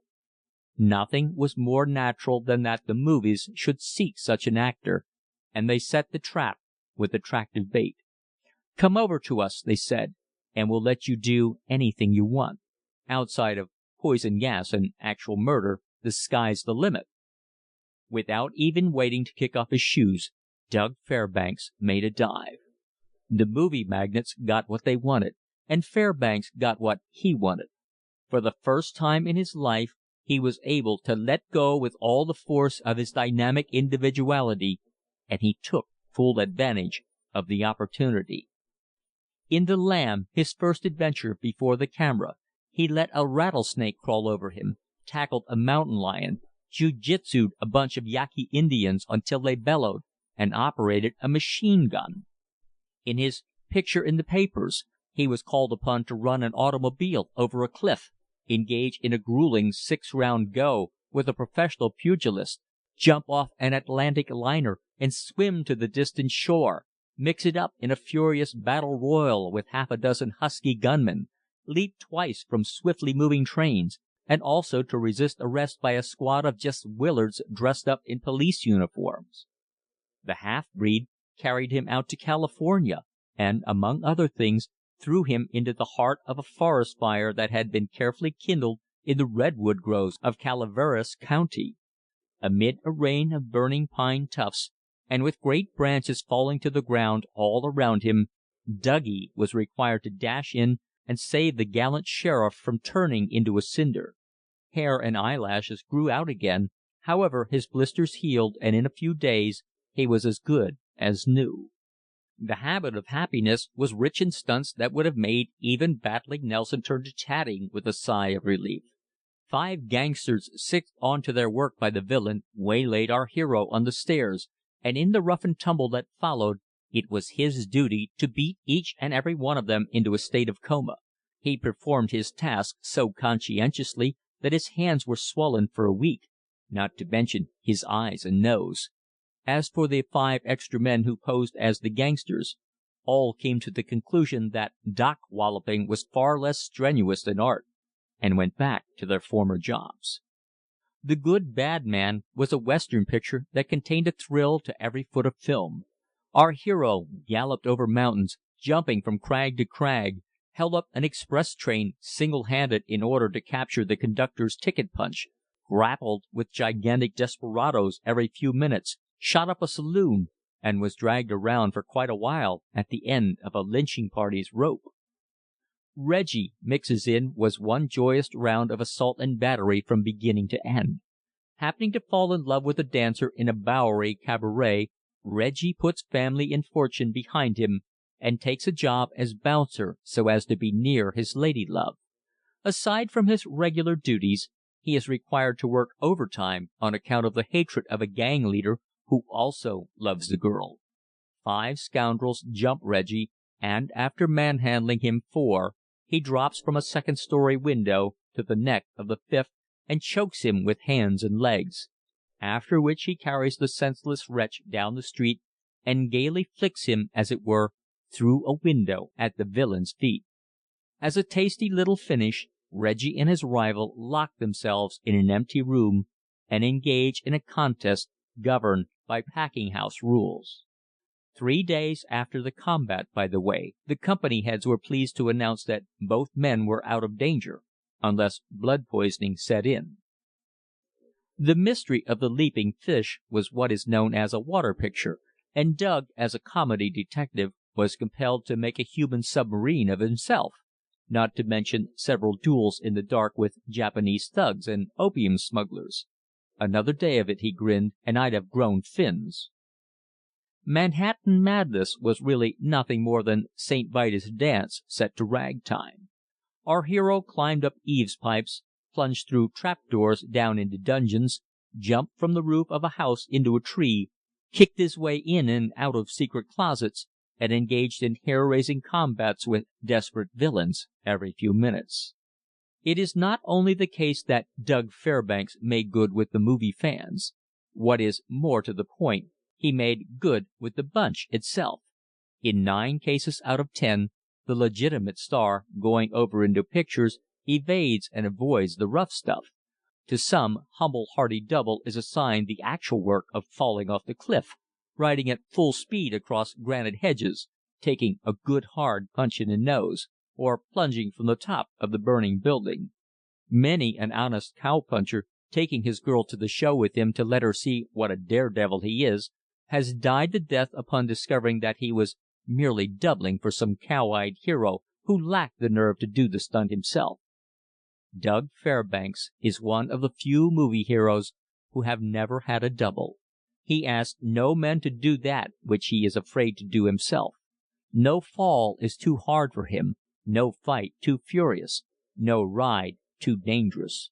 There is not a single one of his pictures in which he hasn't taken a chance of breaking his neck or his bones. But as one bronco buster observed, he just licks his lips and asks for more. To be sure, few actors have brought such superphysical equipment to the strenuous work of the movies. Fairbanks, in addition to being blessed with a strong, lithe body, has developed it by expert devotion to every form of athletic sport. He swims well, is a crack boxer, a good polo player, a splendid wrestler, a skillful acrobat, a fast runner, and an absolutely fearless rider. There is never a picture during the progress of which he does not interpolate some sudden bit of business as the result of his quick wit and dynamic enthusiasm. In one play, for instance, he was supposed to enter a house at sight of his sweetheart beckoning to him from an upper window. As he passed up the steps, however, his roving eye caught sight of the porch railing, a window ledge, and a balcony, and in a flash he was scaling the facade of the house like any cat. In another play he was trapped on the roof of a country home. Suddenly Fairbanks, disregarding the plan of retreat indicated by the author, gave a wild leap into a nearby maple, managed to catch a bough, and proceeded to the ground in a series of convulsive falls that gave the director heart failure. During the half-breed picture, some of the action took place about a fallen redwood that had its great roots fully 20 feet in the air. "Climb up on top of those roots, Doug," yelled the director. Instead of that, Douggie went up to a young sapling that grew at the base of the fallen tree. Bending it down to the ground as an archer bends his bow, he gave a sudden spring and let the tough birch catapult him to the highest root. "What do you want me to do now?" he grinned. "Come back the same way," grinned the director. Most legitimate actors, the valuation is their own, find the movies rather dull. Time hangs very heavily upon their hands. As one remarked to me in tones that were thick with a divine despair, There's absolutely nothing for a chap to do. In lots of the God-forsaken holes they drag you to, there isn't even a hotel. No companionship, no diversion of any kind, and oftentimes no bathtubs. Douglas Fairbanks enters no such complaint. He draws upon the energy and interest that ought to be in every human being, and when entertainment is not in sight, he goes after it. When they were making the half-breed pictures in the Carquinez woods of Northern California, he was never seen around the camp except when actually needed by the cameraman. Upon his return from these absences, it was noticed that his hands were usually bleeding, and his clothing stained and torn. "What in the name of mischief have you been doing now?" the director demanded on a day when Fairbanks' wardrobe was almost a total loss. "Trapping," chirped the star. Beating about the woods, Bret Harte in hand, he had managed to discover an old woodsman who still held to the ancient industries of his youth. The trapper's specialty was bobcats, and the bleeding hands and torn clothes came from Doug's earnest efforts to handle the varmints just as his venerable preceptor handled them. Out of the experience, at least, he brought an intimate knowledge of field, forest, and stream, for over the fire and in their walk he had pumped the old man dry. In the same way he made the good bad man hand him over everything of value that frontier life contained. The picture was taken out in the Mojave Desert. For the making of it, the director had scoured the West for riders and ropers and cowboys of the old school. He-men, every one of them, and for a time they looked with dislike and suspicion upon the star. But when they saw that Fairbanks did not ask for any double, and took the hardest tumble with a grin, they received him into their fellowship with a heartfelt yell. Dull in the Mojave Desert? Why, he had to sit up nights to keep even with his engagements. From one man he learned bronco busting, from another fancy roping, and from others all that there is to know about horses, cattle, mountain, and plain. And around the campfires he got stories of the winning of the West such as never found their way into histories. When one picture called for jiu-jitsu work, he didn't rest satisfied with learning just enough to get by. Every spare moment found him in a clinch with the Japanese expert, mastering every secret, perfecting himself in every hold. Same way with boxing. When no pugilist came handy, he put on the gloves with anyone willing to take chances on a black eye, keeping at it until today they have to hire professionals when he figures in a movie fight. When they made a water picture, he never stopped until he could duplicate every trick known to the professor who drilled the extra men. He took advantage of a biplane flight to make friends with the aeronaut, and by the time the picture was done, he was as good a driver as the expert. No matter where he is, or what the job, he finds something of interest because he goes upon the theory that every minute is meant to be lived. Maroon him at a crossroads, with 5 hours until train time, and he'd have the operator's first name in 10 minutes and be learning the Morse alphabet, after which he would rush up to his new friend's house to see the babies, or to pass judgment on a Holstein calf or a black Minorca brood. It is the tremendously human quality, more than anything else, that gets him across. People like him because he likes them. He attracts interest because he takes interest.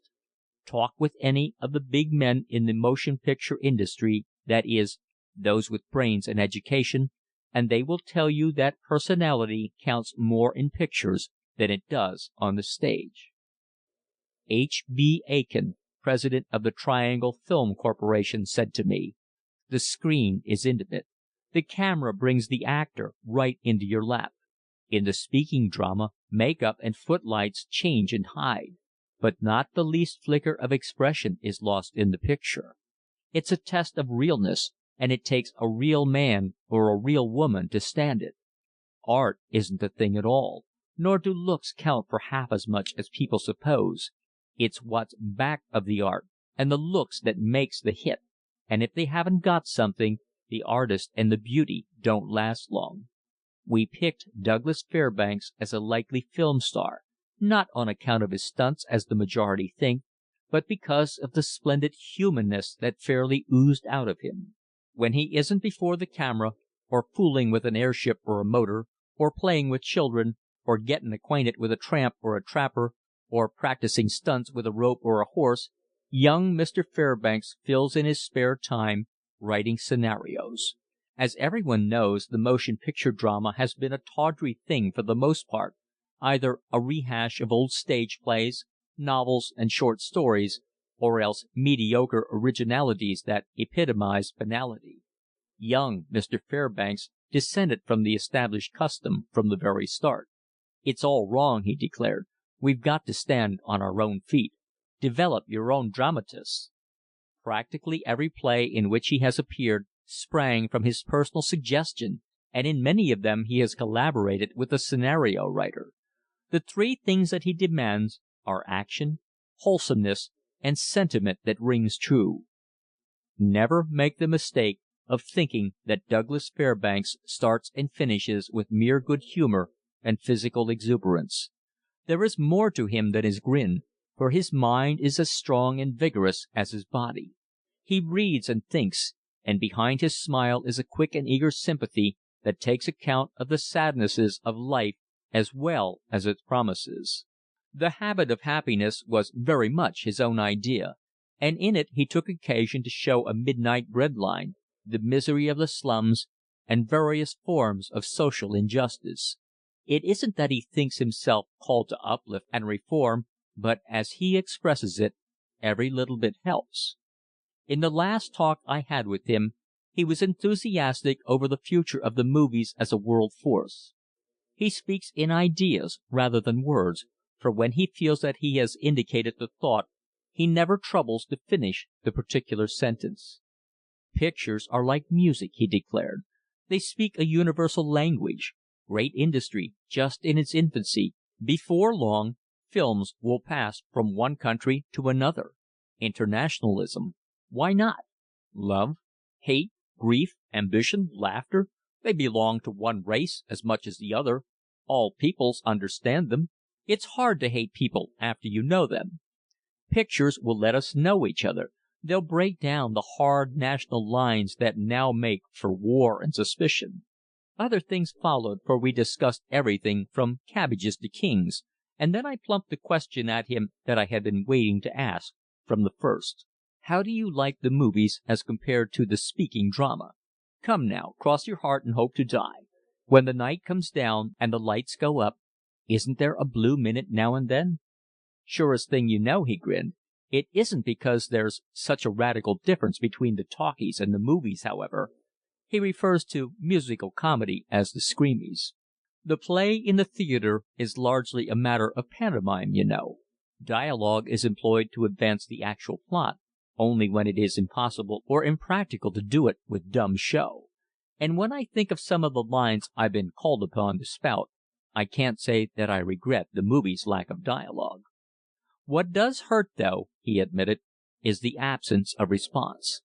I don't mean applause, but the something that comes up over the footlights to you from the audience. The big something that tells you instantly whether you have hit it or missed, whether you are ringing true or false. You don't get that in pictures. Your audience is the director, and you know that it will be weeks or months before your work is going to get its test. But in everything else, the movie has the talkie skinned a mile. Instead of mouthing somebody else's words, you are doing the thing yourself. There's action and life. One day you are in the forest, the next in the desert, the next on the sea. Nonsense, I exclaimed. I understand that it's all done in a studio. I had that idea myself, he laughed, but no more. When I was in the talkies, I used to hear a lot about realism. Father must wash in a real basin with real water and real soap. There had to be 2 hens at least in every barnyard scene, and when Lottie came home from the cruel city, she had to have a real baby in her arms. Lordy, I never knew what realism was until I struck the movies. They've gone crazy over it. The Half-Breed, you know, was adapted from one of Bret Harte's stories, and nothing would do the director but a trip up to the Carquinez Woods in Northern California. A forest fire figured in one of the scenes, but I never thought much about it until I saw them bringing up some chemical engines, hose reels, and 5 or 6 fire brigades. What's the idea? I asked. To keep the flames from spreading, they told me. And let me tell you, it was some fire. After I got out of it, I felt like a shave from a Mexican barber." "What effect is the movie going to have on the speaking drama?" was my next question. "Look at the effect it's had already," he said. "Shaw is the only playwright clever enough to write dialogue that will hold any number of people in the theater. The motion picture has made the public demand action. It has changed the plot and progress of the drama completely. Do you think that a good thing? Doesn't it mean the substitution of feeling for thinking?" "Well," he answered slowly, "the world goes forward through the heart rather than through the head. Happiness, to my mind, is emotional, not mental. And the movie has brought happiness to millions whose lives were formerly drab and sordid. I love to go into these little halls in out-of-the-way places and see the men, women and children packed there of an evening. Theatrical companies never reached the villages, and the men had no place but the saloon, the women no place but the kitchen or the front porch. The camera has brought the world to their doors, and life is richer and happier and better for it." Take him as he stands, and Douglas Fairbanks comes close to being the real thing. Men like him as well as women, and best proof of all, the kids adore him. On a recent visit to Denver, his old home town, youngsters followed him in droves, clamoring for a chance to feel his muscle. The mayor, no less, had him address a public meeting, the feature of which, by the way, was this piped inquiry from the gallery: "Say, Doug, can youse whip William Farnham?" And let no one quarrel with this popularity. It is a good sign, a healthful sign, a token that the blood of America still runs warm and red, and that chalk has not yet softened our bones. This is the end of Laugh and Live.